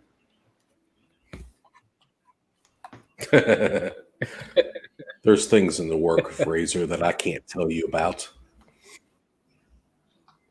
Now, I was going to Next tell time, you, Wally. we got a few minutes before the next Yeah, we race, got right? a while. I think Grant's is the next race. You were talking about Keeneland, wanting to go to Keeneland. I lived in Lexington for Oh wow. about 3 years back in the late '90s, and but I'm a harness racing fan, so I was working second shift at a warehouse, a place that supplied wire harnesses to Toyota, Wow. and my break was at 7:00. My lunch break was at 7:00, and I used to go over to the Red Mile, which is the harness track in Lexington, for 45 minutes, and I would bet a couple races, grab a bite to eat real quick, and go back to work. And I ran into this guy. He was a truck driver, and he said, "Have you ever been to Keeneland?" I'm like, "No, I mean I want to go," but he said, "Where do you live?" And I told him I lived on a street called Armstrong Mill Road, and he went, "You're like 8 miles from Keeneland, and you haven't been there?" I'm like, I'll get there. He's like, "No, you got to go." He said, "One of my buddies is a teller there."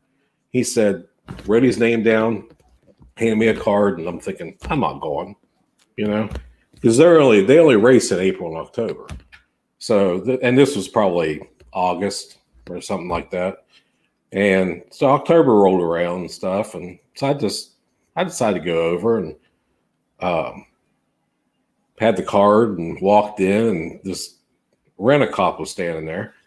And I said, "Hey, do you know this guy?" And he looks at the thing. He went, "Oh, yeah." He goes, "He's the head of the tellers union." Oh, giddy up. So he takes me over to him and stuff. And in between races, he said, "Come on back." So I went back in the teller area, and he said, "How much do you know about horse racing?" And I went, "Thoroughbreds?" I said, "I started going to the harness races when I was 10. And he went, "How old are you now?" And I went, 32. And he went, "Wow." He said, "So do you know the bets?" "Yeah, I know the bets." He said, "You want to punch tickets?" Oh And wow. I said, "You mean like right now?" And he went, "Well, no, it's a little late for today." But he said, he said, "You come in." He said, "You fill out the paperwork." And he said, "And we'll put you in what we call the bullpen. And people don't show up, or they end up with a large crowd." He said, "We'll call down the room and they'll tell you where to go. And you go and you get your cash drawer and you go up on the line." Well, I went out there probably 6 or 8 times in October that year, and Wow. never got called. I was in the bullpen all day. You don't get paid, but you're around it and stuff like that. The guy felt bad for me. He said, "Give me your name and number." He said, "I'll find a way to get you in April." Yeah, whatever. So I went and did it a couple times in April, and it was fine. But they had a big thing for the Kentucky Derby. They simulcast the Derby. They get like 8 or 10,000 people at the track to watch the simulcast. To watch the Derby. Wow. And he calls me and says, "You're up." He said, "You're up on the 5th floor." Okay, whatever the hell that is. And it's where all the wealthy people are. And so I go up there, and this girl takes me up, and we go all the way to the top, and they've got this, it's like $100 plate buffet thing. So the people in there have money. Right. And so I'm right beside this guy. I think his name was Bill, if I'm not mistaken. But he'd been punching tickets for like 45 years there. Sharp he didn't miss anything. His drawer was always right exactly to the penny. And so we're talking and stuff, and he said, "Is this the first time you've?" I said, "Well, during the meet in April, I said I came out and I was in the bullpen, got called out a couple times, and he said, on the main line. And I said, yeah. He said, this is completely different up here. He said, these people, if they hit a good ticket, they will tip. I'm like, oh, great. You know, it's like $20 an hour, and I got a potential of people tipping. Okay. So this lady comes up, dressed. If I didn't think she was rich, I thought she was a prostitute. And, you know, had Dolly Parton's chest out there where you could see it. And she comes up to win, and she went, I like the 1 and the 9 and the 11 and the 14, but I don't know how to bet it. I'm like, well, I mean, do you want to use all those horses? Yeah. I said, well, you can box an exact, you can box a trifecta, you can box a superfecta. What's a superfecta? And I explained it to her, and so she bets it. Just, I think for $1 maybe. So it'd have been like $24, 48. I can't remember. No, it'd been 24. And she hits it. But she doesn't bring it back to me to cash. She brings it to Bill. And I think it was a signer. I mean, I think she won $4,500. And at the time, you had the tax thing and stuff and all that stuff. And she lays $100 bill on and gives it to Bill. I'm like, I spent 3 minutes with this bitch, and she gives him the money, you know? And Bill's like, don't worry about it. He goes, I'll split it with you. He goes, you deserved it. He goes, I don't know why she gave it to me. And I went, oh, I don't know. It doesn't matter. But he was telling me a story about this little Chinese guy. He said, you know, they are notoriously tight. He said, I'm thinking, you know, I've known a lot of Filipino people. I mean, they're almost family to me. And they weren't conservative at all. But he said, yeah, this guy is, you know, he owns like 5 or 6 dry cleaners around and blah, blah, blah and stuff. And he'll come out and he'll box certain numbers in the trifecta. I don't know what numbers were. He'll box at every race. And he said one time he came out on a Saturday right after the meet started. And I don't know, say it was 279, but he would always play it for $2. So it'd be a $12 punch, but he'd play it on all the races. And he said he hit 4 trifectas that day. And he said probably won, give or take, about $8,000, maybe about 8,500 or so. And he said, and the guy comes back because he bet every single ticket with Bill. And he said, the guy comes back at the end of the day. He's cashed all the tickets, blah, blah, blah. He's got all the money in his pocket. And he said, you were very, very nice to me. He said, I feel like I should tip you.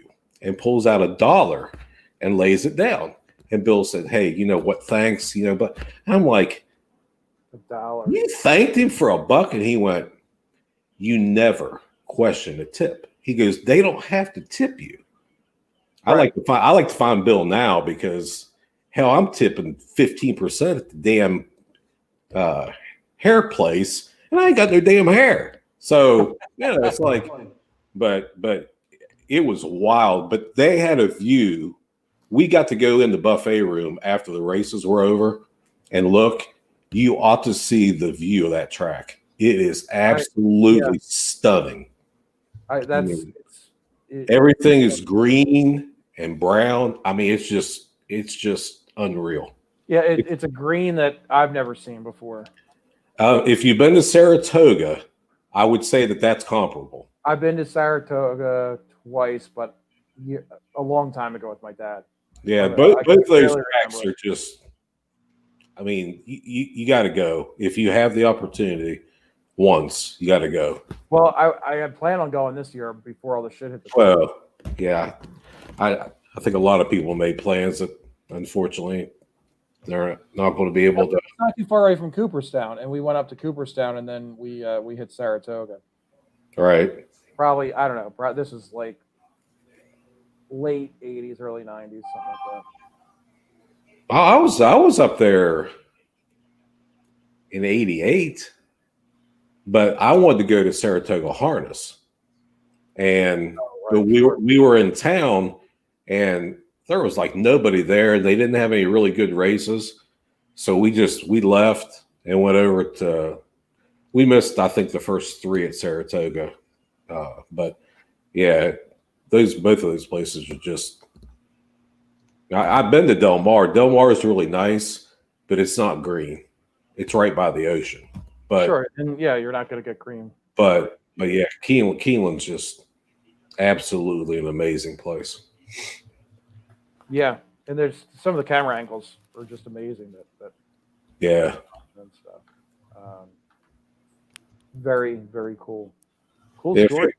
if you're a fan of the sport, Keeneland is worth the trip. Now, as y'all know, I stalk people at Delaware Park. I pulled up to a guy. He had a Keeneland. It was from Kentucky, and the license plate was actually Keeneland. And I'm like, I'm going to find this guy. And sure enough, there was a guy walking around, probably a little bit older than me, maybe in his 50s or something. He had a Keeneland polo on, and very cool guy. I was just talking to him for probably about 15, 20 minutes at Delaware Park. This was a couple of months ago. And he said he's like, you got to go. I'm like, yeah, I know. Well, I don't know. Where are you in Delaware? I'm probably about 20 minutes away from Delaware Park. Okay, so you're not terribly far from Bear, Delaware, then. No. Oh, no. Okay. God, no. No, I've got properties. I manage a bunch of properties in Bear, yeah. Because my sister, she got married in '96 or so, and then her and her husband moved up there, and he was teaching just across the border in Maryland. But they lived in Bear for a long time. And I went to Delaware Park a couple times when I went up to see him, but she lives in Newark now. But, no kidding. Yeah. Okay. And I know it's about for her, and she's not. I'm a leadfoot. She's not. Where does she live? What did you call it? Yeah. I thank you. It's not New Jersey. Newark? How do you? That's where you Razor guys went to actually school. say Newark? That's where Razor got his undergrad in Newark. Yeah. UG. Yeah. It's in New Jersey. Yeah, you guys are close. But it takes her about 6 hours to get home, and I can drive Keeneland pretty easily in about 5 hours. So Oh, no kidding. Wow. yeah. Well, I told Ed earlier, if you're getting up to hit me and Razor up. We'll go up to Delaware Park next spring or something. Unfortunately, that sister and I haven't talked in 3 years, so it won't be to go see her. But I mean, I went to Ocean City a couple years ago, but I went to Ocean Downs, which is right there, instead of trying to find a thoroughbred track. But never been to Parks either. Yeah, I worked at Parks back in Did the you? day. It was Yeah, fun. It was when it was called Philadelphia Park. Right. I worked there at 97 or 96, something like that, for a couple of years. Doing security. It was great. Got all tips from jockeys. It was awesome. So it looks like we got about 4 minutes until race 7 in Mountaineer. Oh, mountains coming And on. did you have any hits on this one, race 7? You're on mute, Ed. I had 3 and 8 within the chat. 3 and 8, okay. Tom, what were you looking at for this one? Yeah, I like Ed's 8, it's 6-5. And I also like the 6 and the 5. I have a little keen interest on this 5. But yeah, so I have 8, 6, 5 here. Yeah, I went 4, 5, 6, 3, 4, 5, 6. Mikey, what were you looking at? Anything? Not really. That's He's here to bring stories. I didn't have the 3 and 8. I had the 5 and 8. I can't I read do those that all damn the time, numbers. Eddie. 5 and 8. Then I broke down the grant this grants after Mountain. I can talk about grants. I broke down this grants like I did the last one. I'll tell you if anybody cares. So that's Grant's race 8. Grant's Yeah, I race think 6. Six. We got 8 minutes until race 6. First, before you break it down, Ed, did you have any hits on this one? Yes. This is Grants Pass 6. I'm full of shit again. I had the 5 and 8 Grants Pass 6 and the 3 and 8 of Mountaineer. I better have another drink. I must be Okay, sober so enough. Ed is on the 3 and 8 at Mountaineer, and he is on the Yeah. 5 and 8 at Grant's Pass. At Grants Pass. I apologize, guys. Ed's been drinking all day. He's been drinking Oh, since God. 10 a.m. It's awesome. Yeah, I should be. Tom, let's hear it. What you got? All right. I break down Grants Pass more than I break down my work stuff. The one we've seen a couple times before. It's a good horse. I'm putting him in my action. And right now he is 5-1, which I thought, morning line was 9-2. So I'll take him at that. I'll take him with those odds.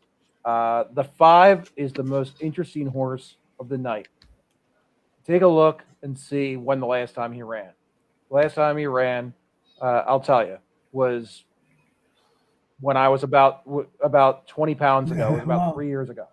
Was the last time he ran. It's a really interesting. It's an interesting horse and an interesting look. And why does the trainer want him to be in this particular race at Grants Pass on this particular day? So that kind of thing always intrigued me. So I'm putting him in my action. It's just odd.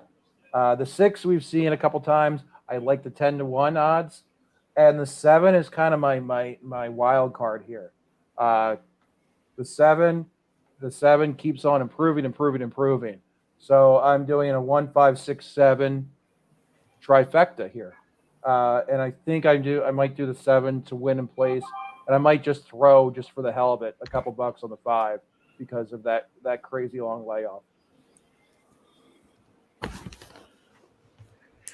I like it.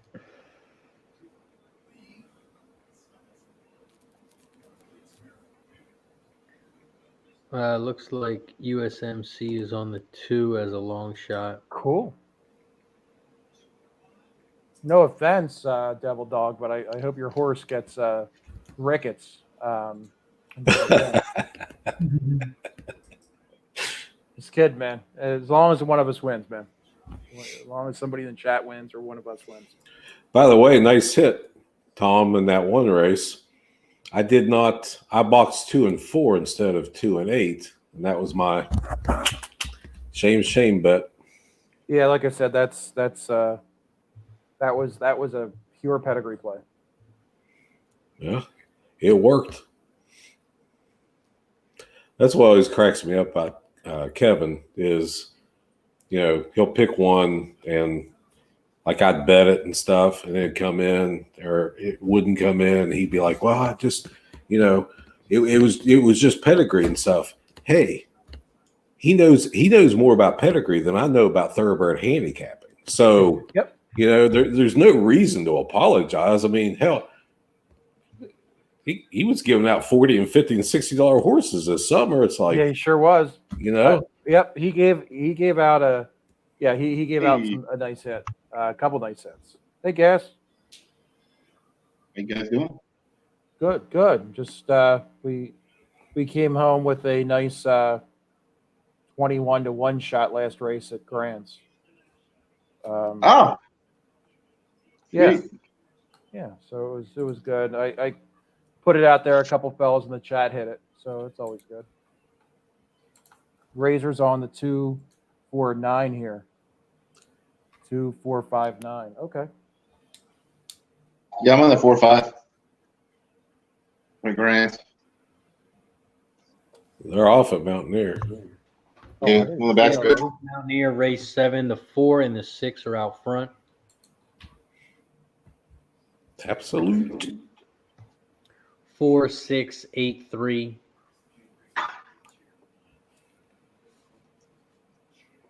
6 has moved to the front by about a nose, but they are about 4 wide. 4, 6, 8, 3 are the 4 horses out front. 4 is on the inside. Here 3 comes is in the middle. juice. 8 is the big favorite on the outside. Coming around the final turn. 4 is on the inside. 8's on the outside. Looks like the 8's going to win. 4 to 5 favorite. That damn 4 came back on though. 4, Yeah. 3, 6.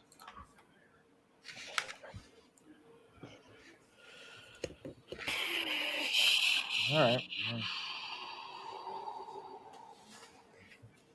And then we got Grants Pass race 6. Ed, Gas, did you have anything for that one? 4 or 5. At Grants Pass, yeah, I was on the 4 or 5.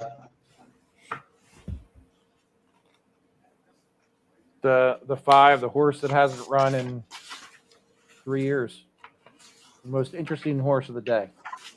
Yeah. Yeah, it only goes to 99 days, so that's max that out. 99 days on. Or 99. I'm sorry, 999. He's out of I a mean- diner former, Mayor. The fact that it's 7-2, it's just weird. It Probably forgot what being whip's all about.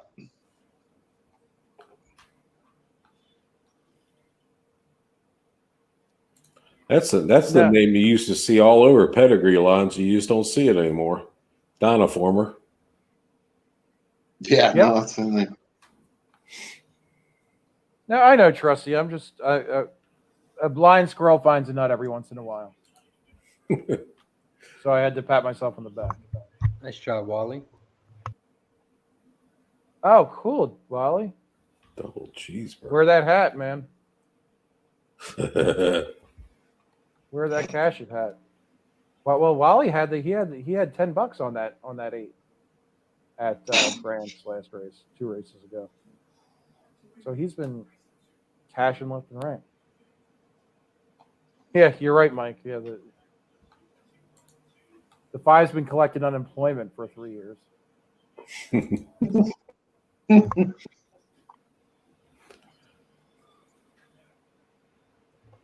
We'll see what happens. I mean, this is another real long race at Grants, 5 furlongs.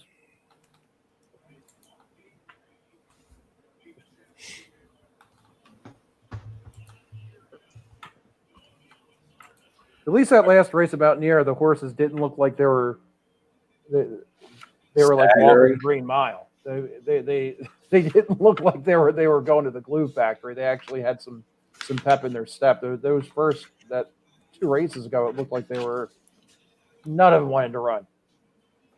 It's a stagger fest. Yeah. Yeah, there's some jocks at this Grants Pass that are completely incompetent riding wise. They have a hard time just staying on the horse. Yeah. Like, seriously, they can't balance themselves on there at all. You can see No, if you watch them, they're almost falling off, and then they're like getting back on. They're just having a hard time staying on the horse. Yeah, I think that an apprentice from Toga could go out there and just Clean up. clean up. From Toga? Oh yeah, from Toga, sure. Yeah, no, like any apprentice. An apprentice from Parks, for Christ's sakes, could go out there and clean up. Touchdown, Miami, Ohio.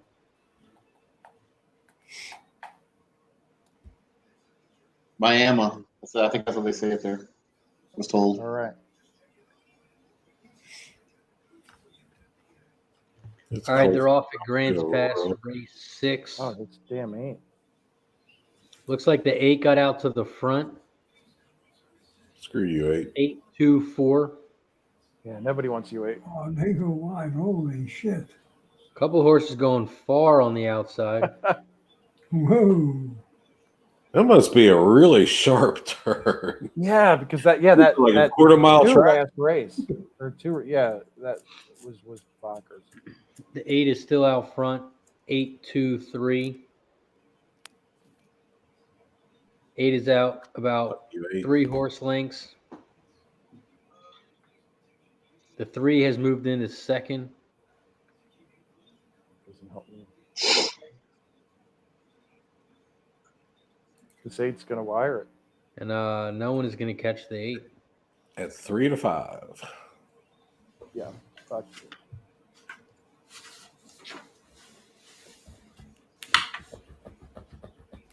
you. 8-2. All about time.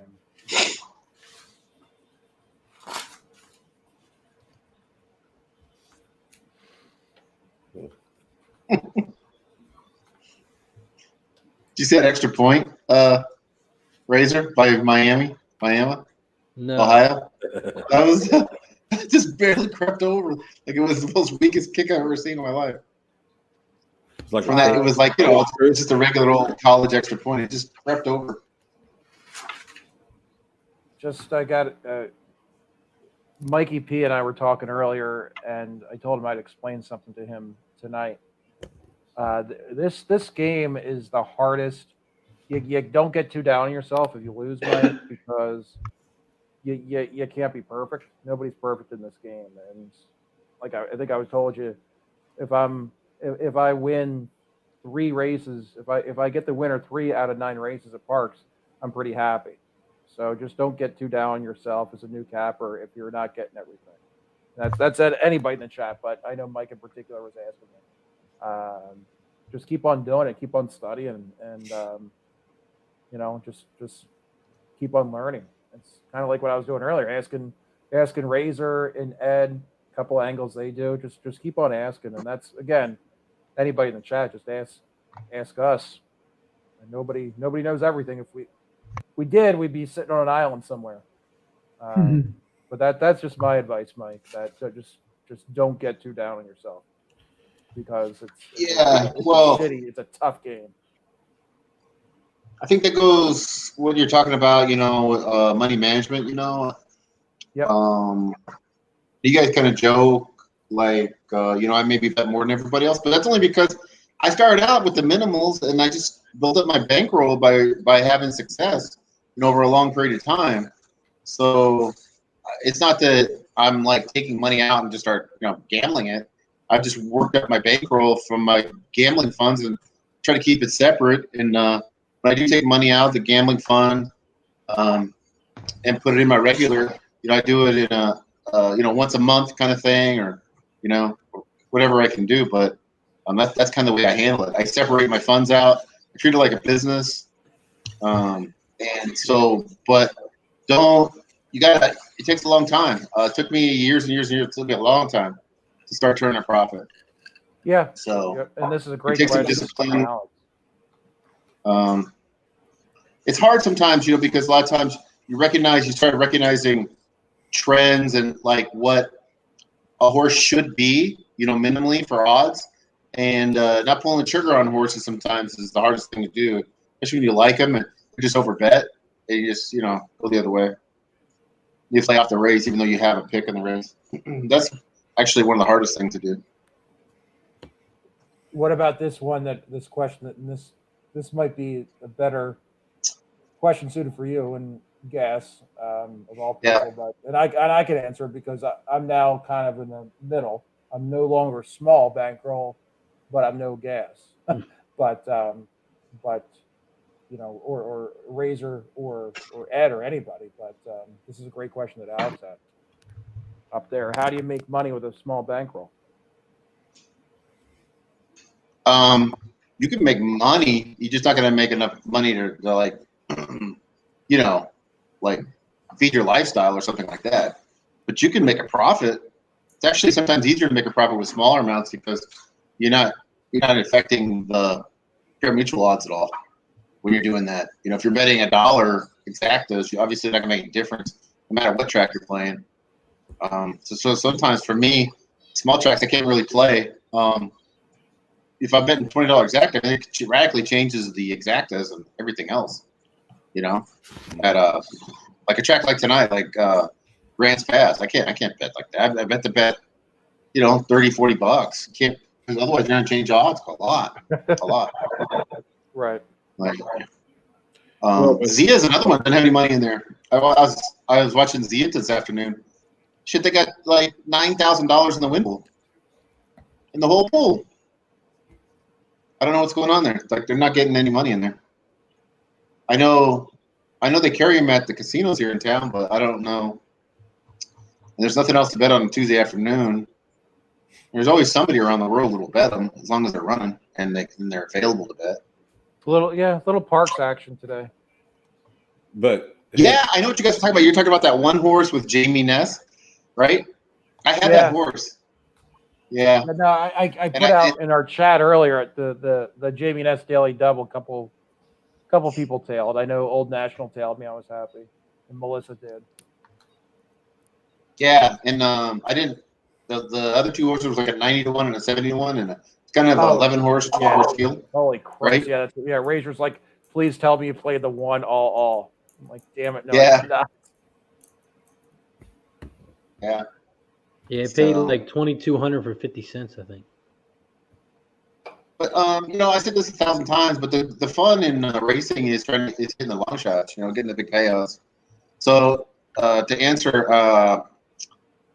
Alex's question, that you can still win money. You're not going to win enough money to make a lot of difference in your life, or lose a lot of money is really going to make a difference in your life. But you can win. You can win if you hit the long shots, and on the big days, a lot of times there's long shots out there. Not only big days, but like on the weekends, it seems like there's more of them. Just because I think there's more money in the pool. Yep. A friend of mine plays the Dime Super. He swears by it. He has a certain system in that. He said he does very well, but he don't win that often when he does, and he loves it. He's been playing it for years. That's just a Dime it's fun Super. too. Horse racing is a little bit hereditary, right? You usually get it from family member, right? You usually get it from your dad or your mom or your uncle or sometimes aunts, whatever. And you get hooked that way.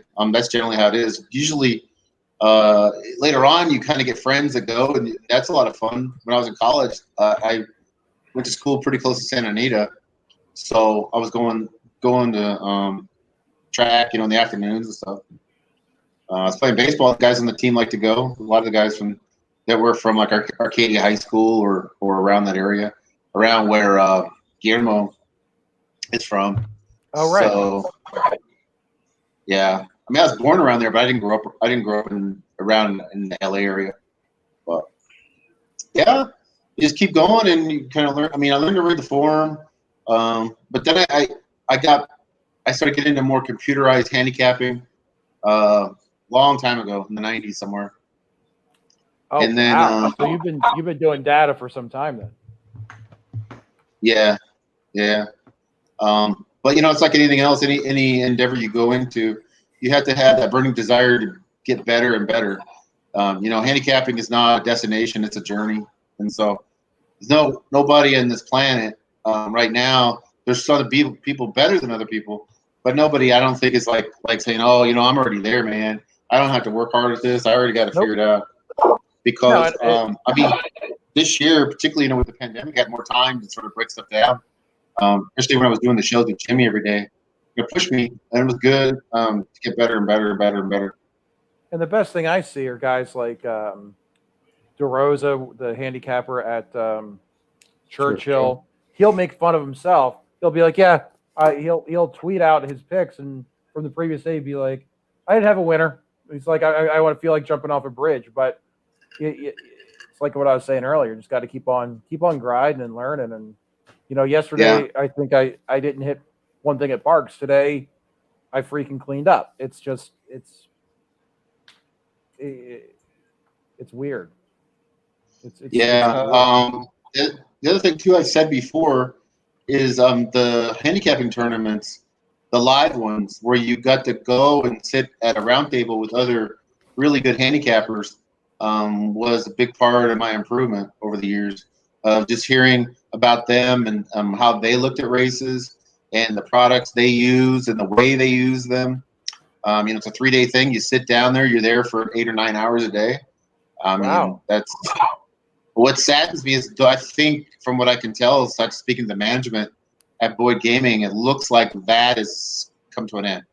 Like there won't be any more of that, which is really unfortunate. Because it was that's a great way really to get the younger generation, which we don't have, into this game. Yeah, and it was, even for just being selfish, it was just something I look forward to, and I kind of see the same guys, and we go out after, and some of the people sell their picks, or they're in the media sometimes, and they're in the racing forum, or they're on there's a radio show in the mornings in Las Vegas that they have here. I think it runs from Wednesday through Sunday. It's early in the morning here. It's like 7 a.m. or something like that. They have an hour show with like Ralph Sirocco and stuff like that. And those guys do the show right from the tournament back in the day. Those guys, just a lot of really guys that really know how to handicap. A lot of them are clockers too. And man, you get a lot of information out of clockers, talking about horses and how they work and their body language and all those sorts of things. Which is not my thing. I don't know if Mikey or if Alex, if you guys are near any tracks that allow people, but I learned a lot going to the track. I used to go to Philadelphia Park with my dad all the time, and then Delaware Park. But the old school guys will.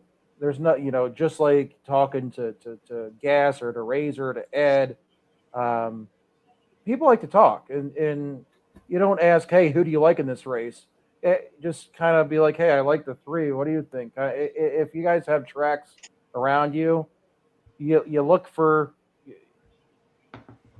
somebody wants to talk to, and it's cool to talk to.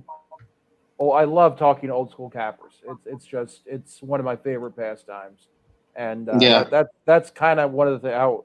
I learned from my dad.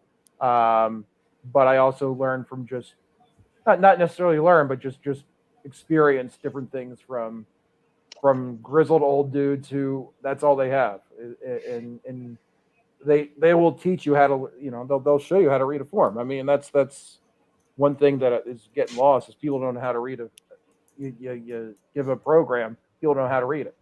Yeah, and you don't have to agree with their approach or their angles or anything. But if you listen to them, you learn from what they look at, and you can either take part of that or take all of it and incorporate it into what you do. I mean, they've been going to the track for 40 years for a reason. I mean, And one thing that I've been, and I will pat Razor on the back all day for having the show, but also he's taught me. He has taught me a lot. One thing is pace makes the race. I was never a huge pace guy, but that's one thing that I've learned from our guy Razor,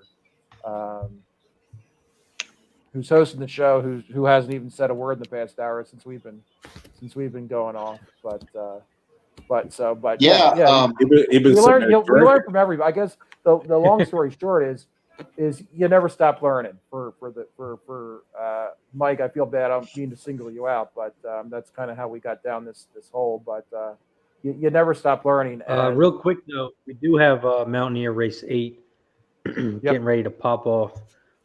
Gas, did you have anything for this one? I thought the 5 was